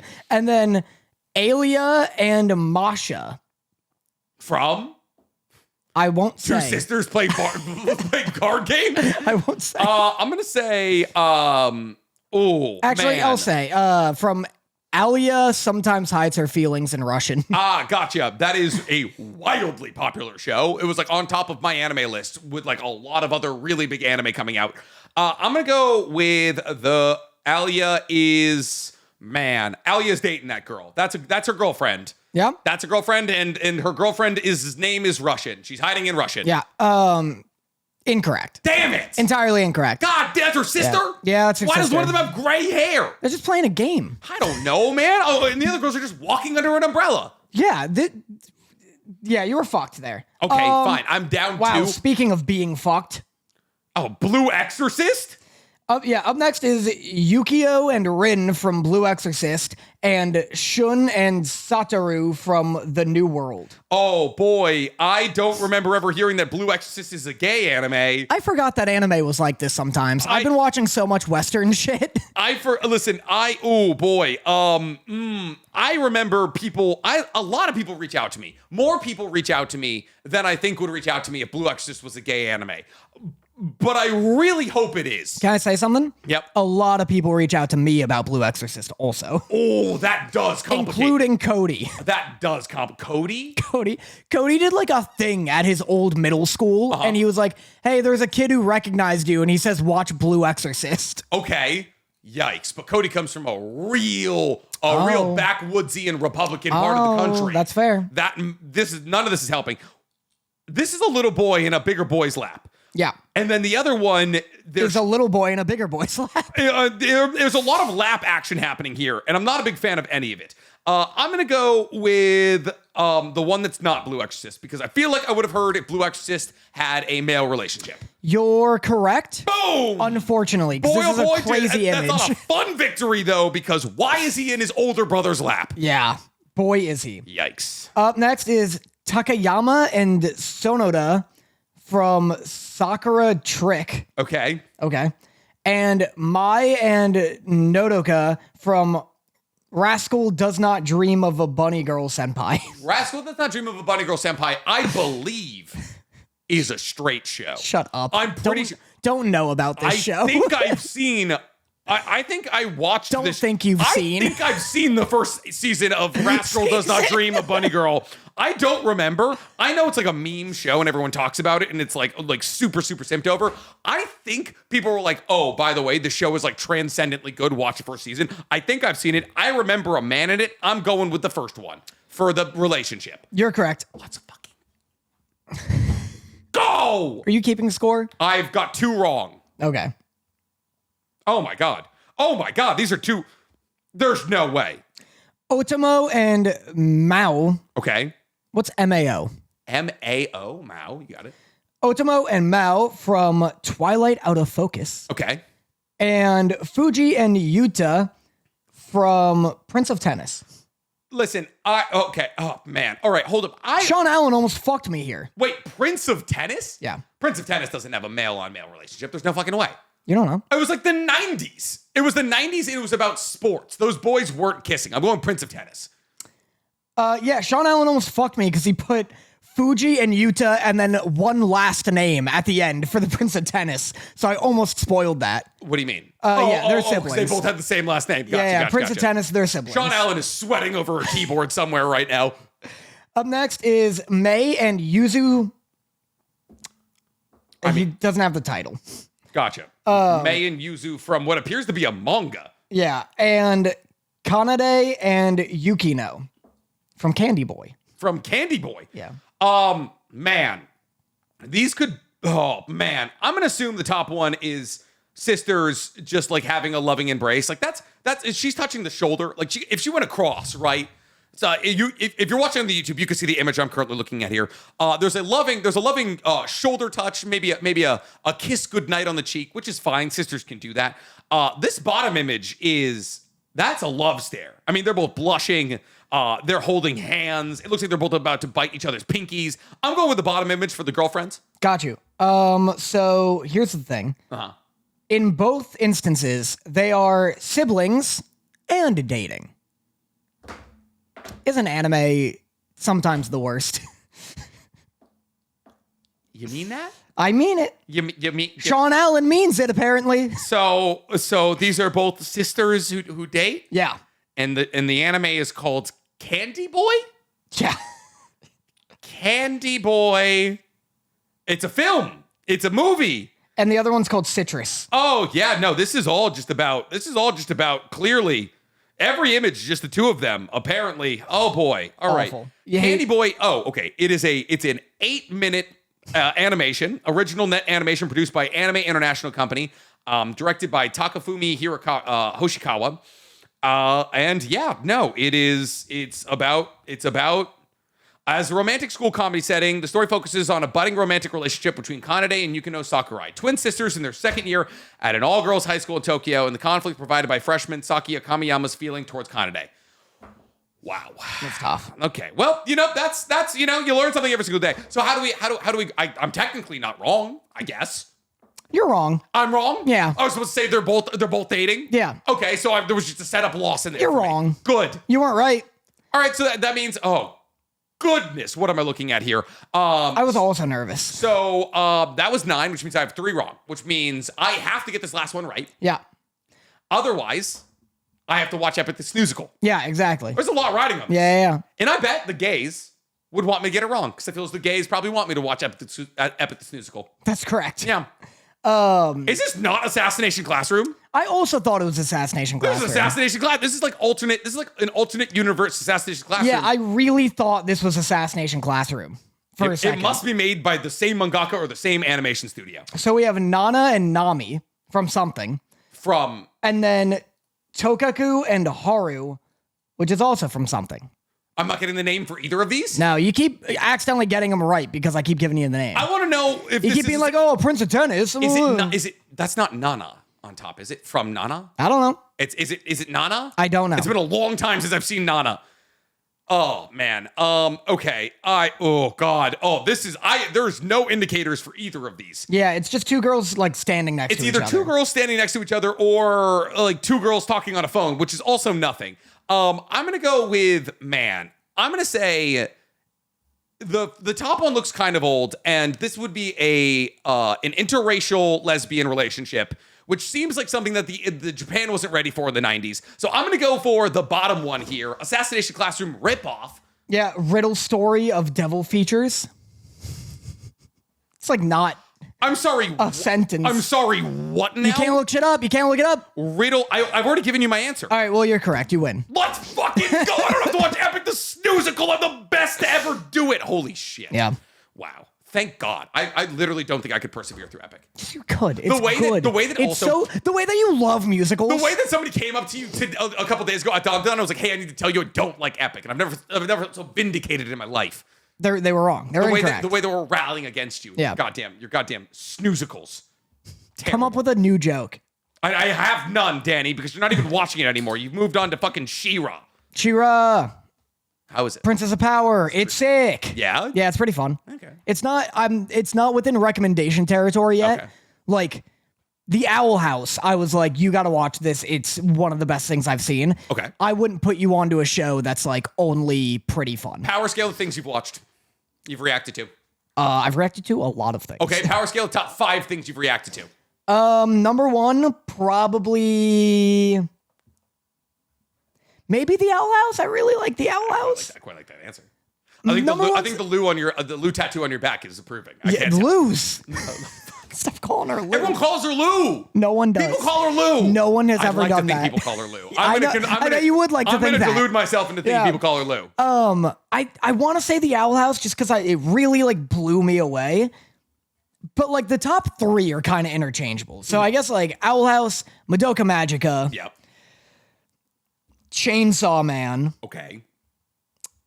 Full Metal Alchemist. Okay. But I'm also like bitter on Full Metal. Not bitter, but I'm like, I don't want to put everybody's already gassing it up. Yeah. I want to be different. And then Beastars. I really like We Beastars. haven't watched that. I know, we season. just haven't watched They it. introduced a horse who was the Beastar and we dropped. I really like the horse. I also am a big fan of what's going on with the horse, but I still have no idea. The horse could be the worst guy we know. Yeah. But so far as I see, just loves carrots. Yeah. Only has 90% vision or whatever. Panoramic vision. That's fine. The way that 90% vision is basically 100% vision. Yeah. That's just called being a little bit sleepy. Yeah. That's just called having a little bit of the No, like horses can see panoramic, but there's a 10% blind spot. What is it, the fucking Byakugan? I guess. That's crazy. That's just horse facts. If If anything, Neji's a horse. You're telling me horses can see behind them? No, that's the only place they can't. There's a 10% sliver that they can't see directly behind them. When you're riding a horse, they can't see you, but that's about it. Yeah, they see a bit of you. That's crazy. Yeah. That's fucking nuts. I didn't know that. Yeah. What a sick horse fact, Dan. Thanks. All right, I want a horse fact every week from this moving forward. My best boy this week is the Netflix live action TV show called Bet. No, it isn't. It's not. Do you know what I'm talking about? Yeah, I do. You know what I'm talking about Yeah. here? Walked in after a long shoot day with Steven yesterday, and Dorothy was 2 episodes into Bet. And I was like, what is this? It looks horrific. Acting, bad. Set pieces, bad. No idea what's going on. And then, Is it in English? it is in English, fully in English. Kind of produced like Riverdale, like looks like Riverdale basically. Like I don't know, there's a section of TV that I'm like, oh, that's a Riverdale, where I'm like, this is meant for teenagers mostly. So Dorothy's watching Bet. She's buying Labubus on the Pop Mart website. She put something onto the background. Apparently, she likes one of the actors or actresses that's in the show, and so she was like, I put it on because I like the actor. And I was like, cool, whatever. And then I'm watching it because I'm just like, what's going on here? And then I see everyone's wearing red jackets and little bow ties, and they're gambling. And I'm like, wait, is this fucking Kakegurui? Yeah. And then I was like, but they wouldn't do that. They've already made a Japanese live action of Kakegurui, and it was actually not terrible. And then I was like, oh my God, I scrolled down on Netflix, and it's like the Kakegurui collection. We made a fucking live action of Kakegurui? Yeah. Why? I don't know. Is it bad? I hear it's bad. I watched 10 minutes. I literally had to turn it off. Let me see what it's got ratings-wise. On like IMDb? Yeah. Ooh, yeah. Because like, first off, nobody... and 6? 6 on IMDb is like basically a 0. I don't know. That's high for IMDb? I feel IMDb's so brutal. That's fair. Not as brutal as my anime list, apparently. Let's see Rotten Tomatoes. Rotten Tomatoes, it'll be like a fucking 4. It doesn't say. Really? Yeah. None of the fucking critics could be damned to go watch I guess it. so. Yeah, it was horrendous. It looked like a bunch of like models getting their first shot at acting. That's crazy. That's so tough. Yeah. Kakegurui is such a weird show that we've both seen somehow. It's a very unrelated to this podcast. It's a very fun show. The fact that it's now gotten 2 different live action adaptations makes no sense to me. Yeah. It is not good enough to warrant that. Yeah, it's always confusing what is like secretly mega popular in other countries. It's like Zom 100 immediately getting a live action adaptation. I was just like, why? That was crazy. Right? There was like, we were like 7 episodes into season 1. They were like, it needs a live action adaptation. I was like, did you start this before the fucking anime came out? That's like Bungo Stray Dogs with its like multiple stage plays, live action movies, and animated movies. I didn't know any of that. Bungo Stray Dogs is like actually big. I mean, the way that it filled the fucking entire like room at where were we? Comic Palooza? What con was that? Anime Expo? Was that Anime Expo? I think so. I don't think it was. I feel like that's where they would announce No, it was the new Comic Palooza. season. No, it wasn't. It was absolutely Comic Palooza. Comic Palooza? It was Comic Palooza. We didn't go to any events at Comic Palooza. We did. We went to you're right. No, we didn't. It was just us. Yeah. It wasn't AX. Animex? Yeah. It wasn't AX. Oh wait, was it? It might have been AX. Yeah. It was AX. Are you working AX this year? I don't. Maybe like mild work. I'm not doing like a panel. I don't think. What? Guess you just got emailed by Kodansha to represent Gotcha Kuda.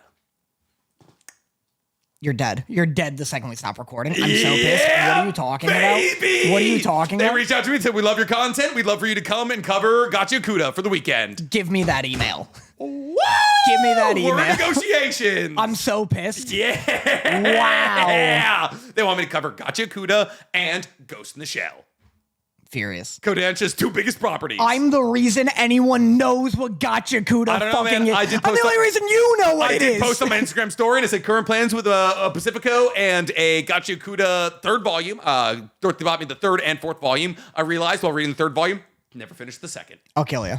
I'll kill you where you sit. No idea what was going on. Wow. So I just put it down and finished my beer. The way that I'm going to be posting identical images every day, I'm going to make it like comedically obvious that I'm shilling, where I'm going to be like, pop open the fridge, you know what that means, and it's just Gotcha Kuda, like, oh, I thought I was being funny. No, you're good. I just got text. How dare you? I'm sorry. Mid-bit, you look at your text. I got a text from an important person I hate you. about Gotcha Kuda. I hate you. We're negotiating, baby. Go on. Trash punk. Go on. Guys, have you ever appreciated You know the fact what? that... I'm going on. If you guys appreciate that I put you on to Gotcha Kuda, tell me in the comments below. Gotcha Kuda, #1 fan, day 1 fan.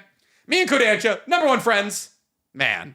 I hate you. Aren't you so happy I told you about that manga? I hate you. Yeah. I'm You literally... did a fucking Hunter x Hunter panel. Don't even fucking begin with me. This is not even close to restitution. I'm literally objectively the world's biggest Gotcha Kuda fan by default. I have a Hunter x Hunter fucking sleeve, and you were like, oh, I like Gone, and everyone was like, Gone, and you're like, what about that guy kills? Fuck you.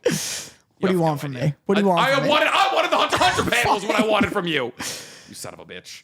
All right, who's your best boy? What did I watch? I just fucking watched something. Was it Bet? Dimension 20. The College Humor, like, Critical Role Gotcha, thing. yeah. You went to the fucking Greek theater. No, I went to the Hollywood Bowl. They did it live. That's the same. Is that not? Oh, those are different things. You're right. I think. No, yeah. I went to the Hollywood Bowl. Dropout did Dimension 20 live. It was Rumble at the Bowl where... Do they do like, is it just like a D&D campaign? Rungle Down Bim went up against Fabian, whatever his last name is. Yeah, so they do, like Critical Role, they have like seasons where they just run campaigns. And the gimmick of this event was that I guess throughout multiple seasons, there's a character named Grunkle Down Bim. Yeah. And he's a pirate, like a spaghetti pirate. And he has been like harassing one of the player characters for seasons. He's like his arch rival. And they were like, at this event, we're doing a one shot. One of these characters will die permanently. And one of those characters definitely did. And I shan't say who. Because for it might get produced into other content at some point, or? No, it's just like, no one knows except the people who went. It's like canon that one of them dies. That fucking Grungle Down Pim is now dead? Or Fabian. Or Fabian. Yeah. Was that fun?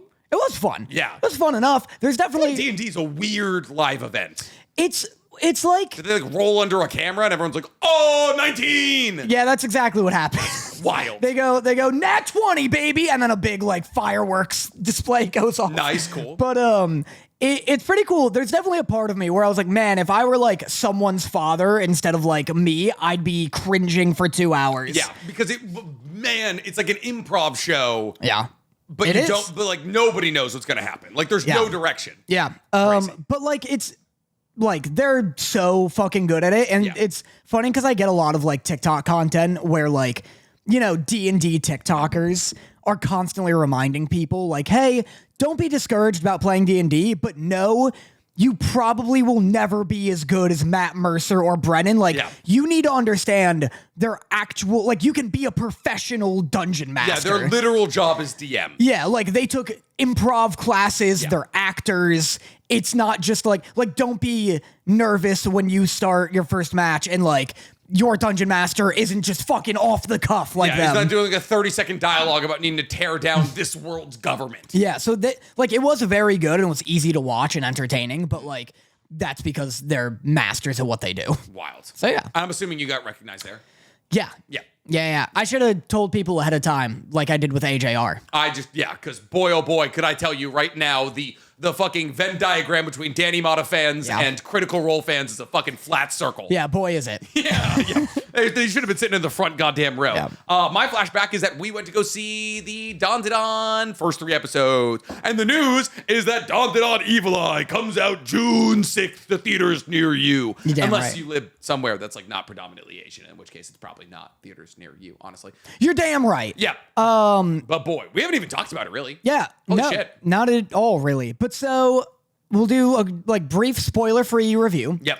Because no one can have known what happened. Because it's simply not out to anyone, not us, currently.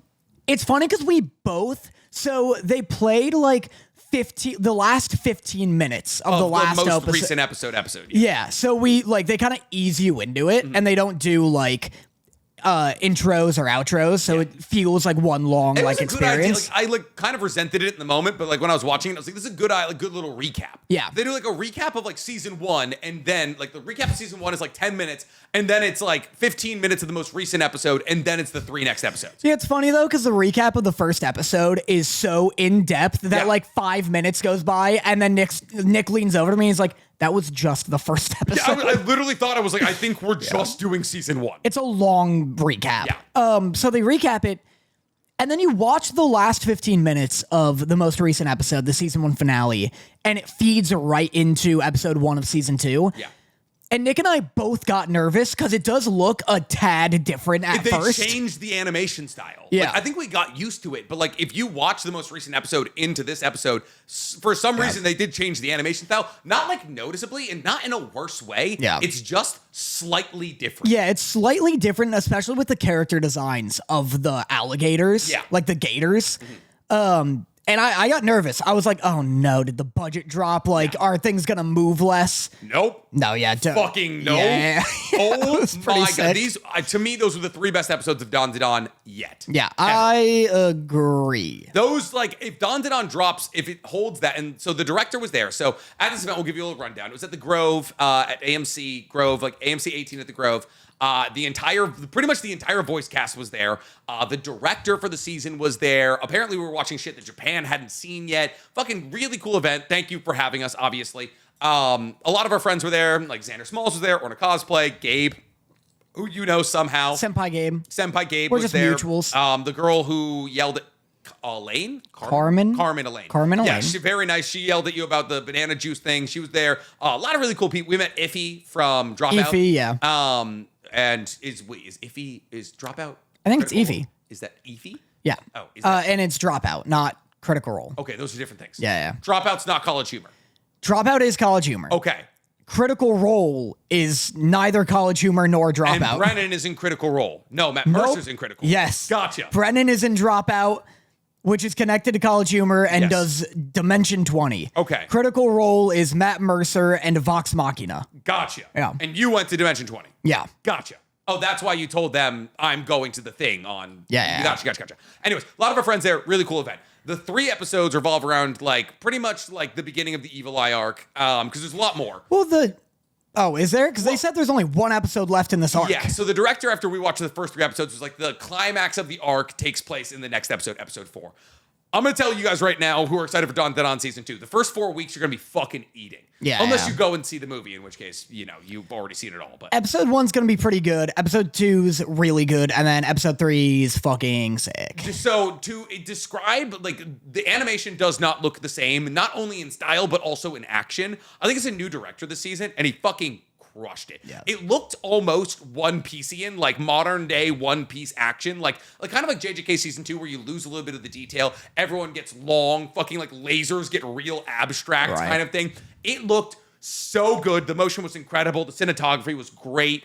And just like with all of last season, the voice acting is also awesome. Yeah, voice acting's great. This is a big like Gigi arc. Yeah. Gigi's in like kind of the protagonist of the arc. That's kind of every arc of Dawn to Dawn moving forward. It's like new character. Every there new that- arc introduces a new character, and that new character is the most important character in that arc. But yeah, it was cool. This is like maybe the best fight in Dawn to Dawn 2. Oh, yeah. There's a big yeah. There's a big 1, fight. 2, 3, 4, 5, 6, 7, 8, 9, 10. There's a big mathematical fight. Yeah. And it's just fucking hype. I think episode 3, like I was kind of able to tell where they were like changing. Yeah. Cause like someone would do something, it's like, all right, you pissed me off. And then it cut to something else and it cuts back and it's like, all right, you pissed me off in like a different angle.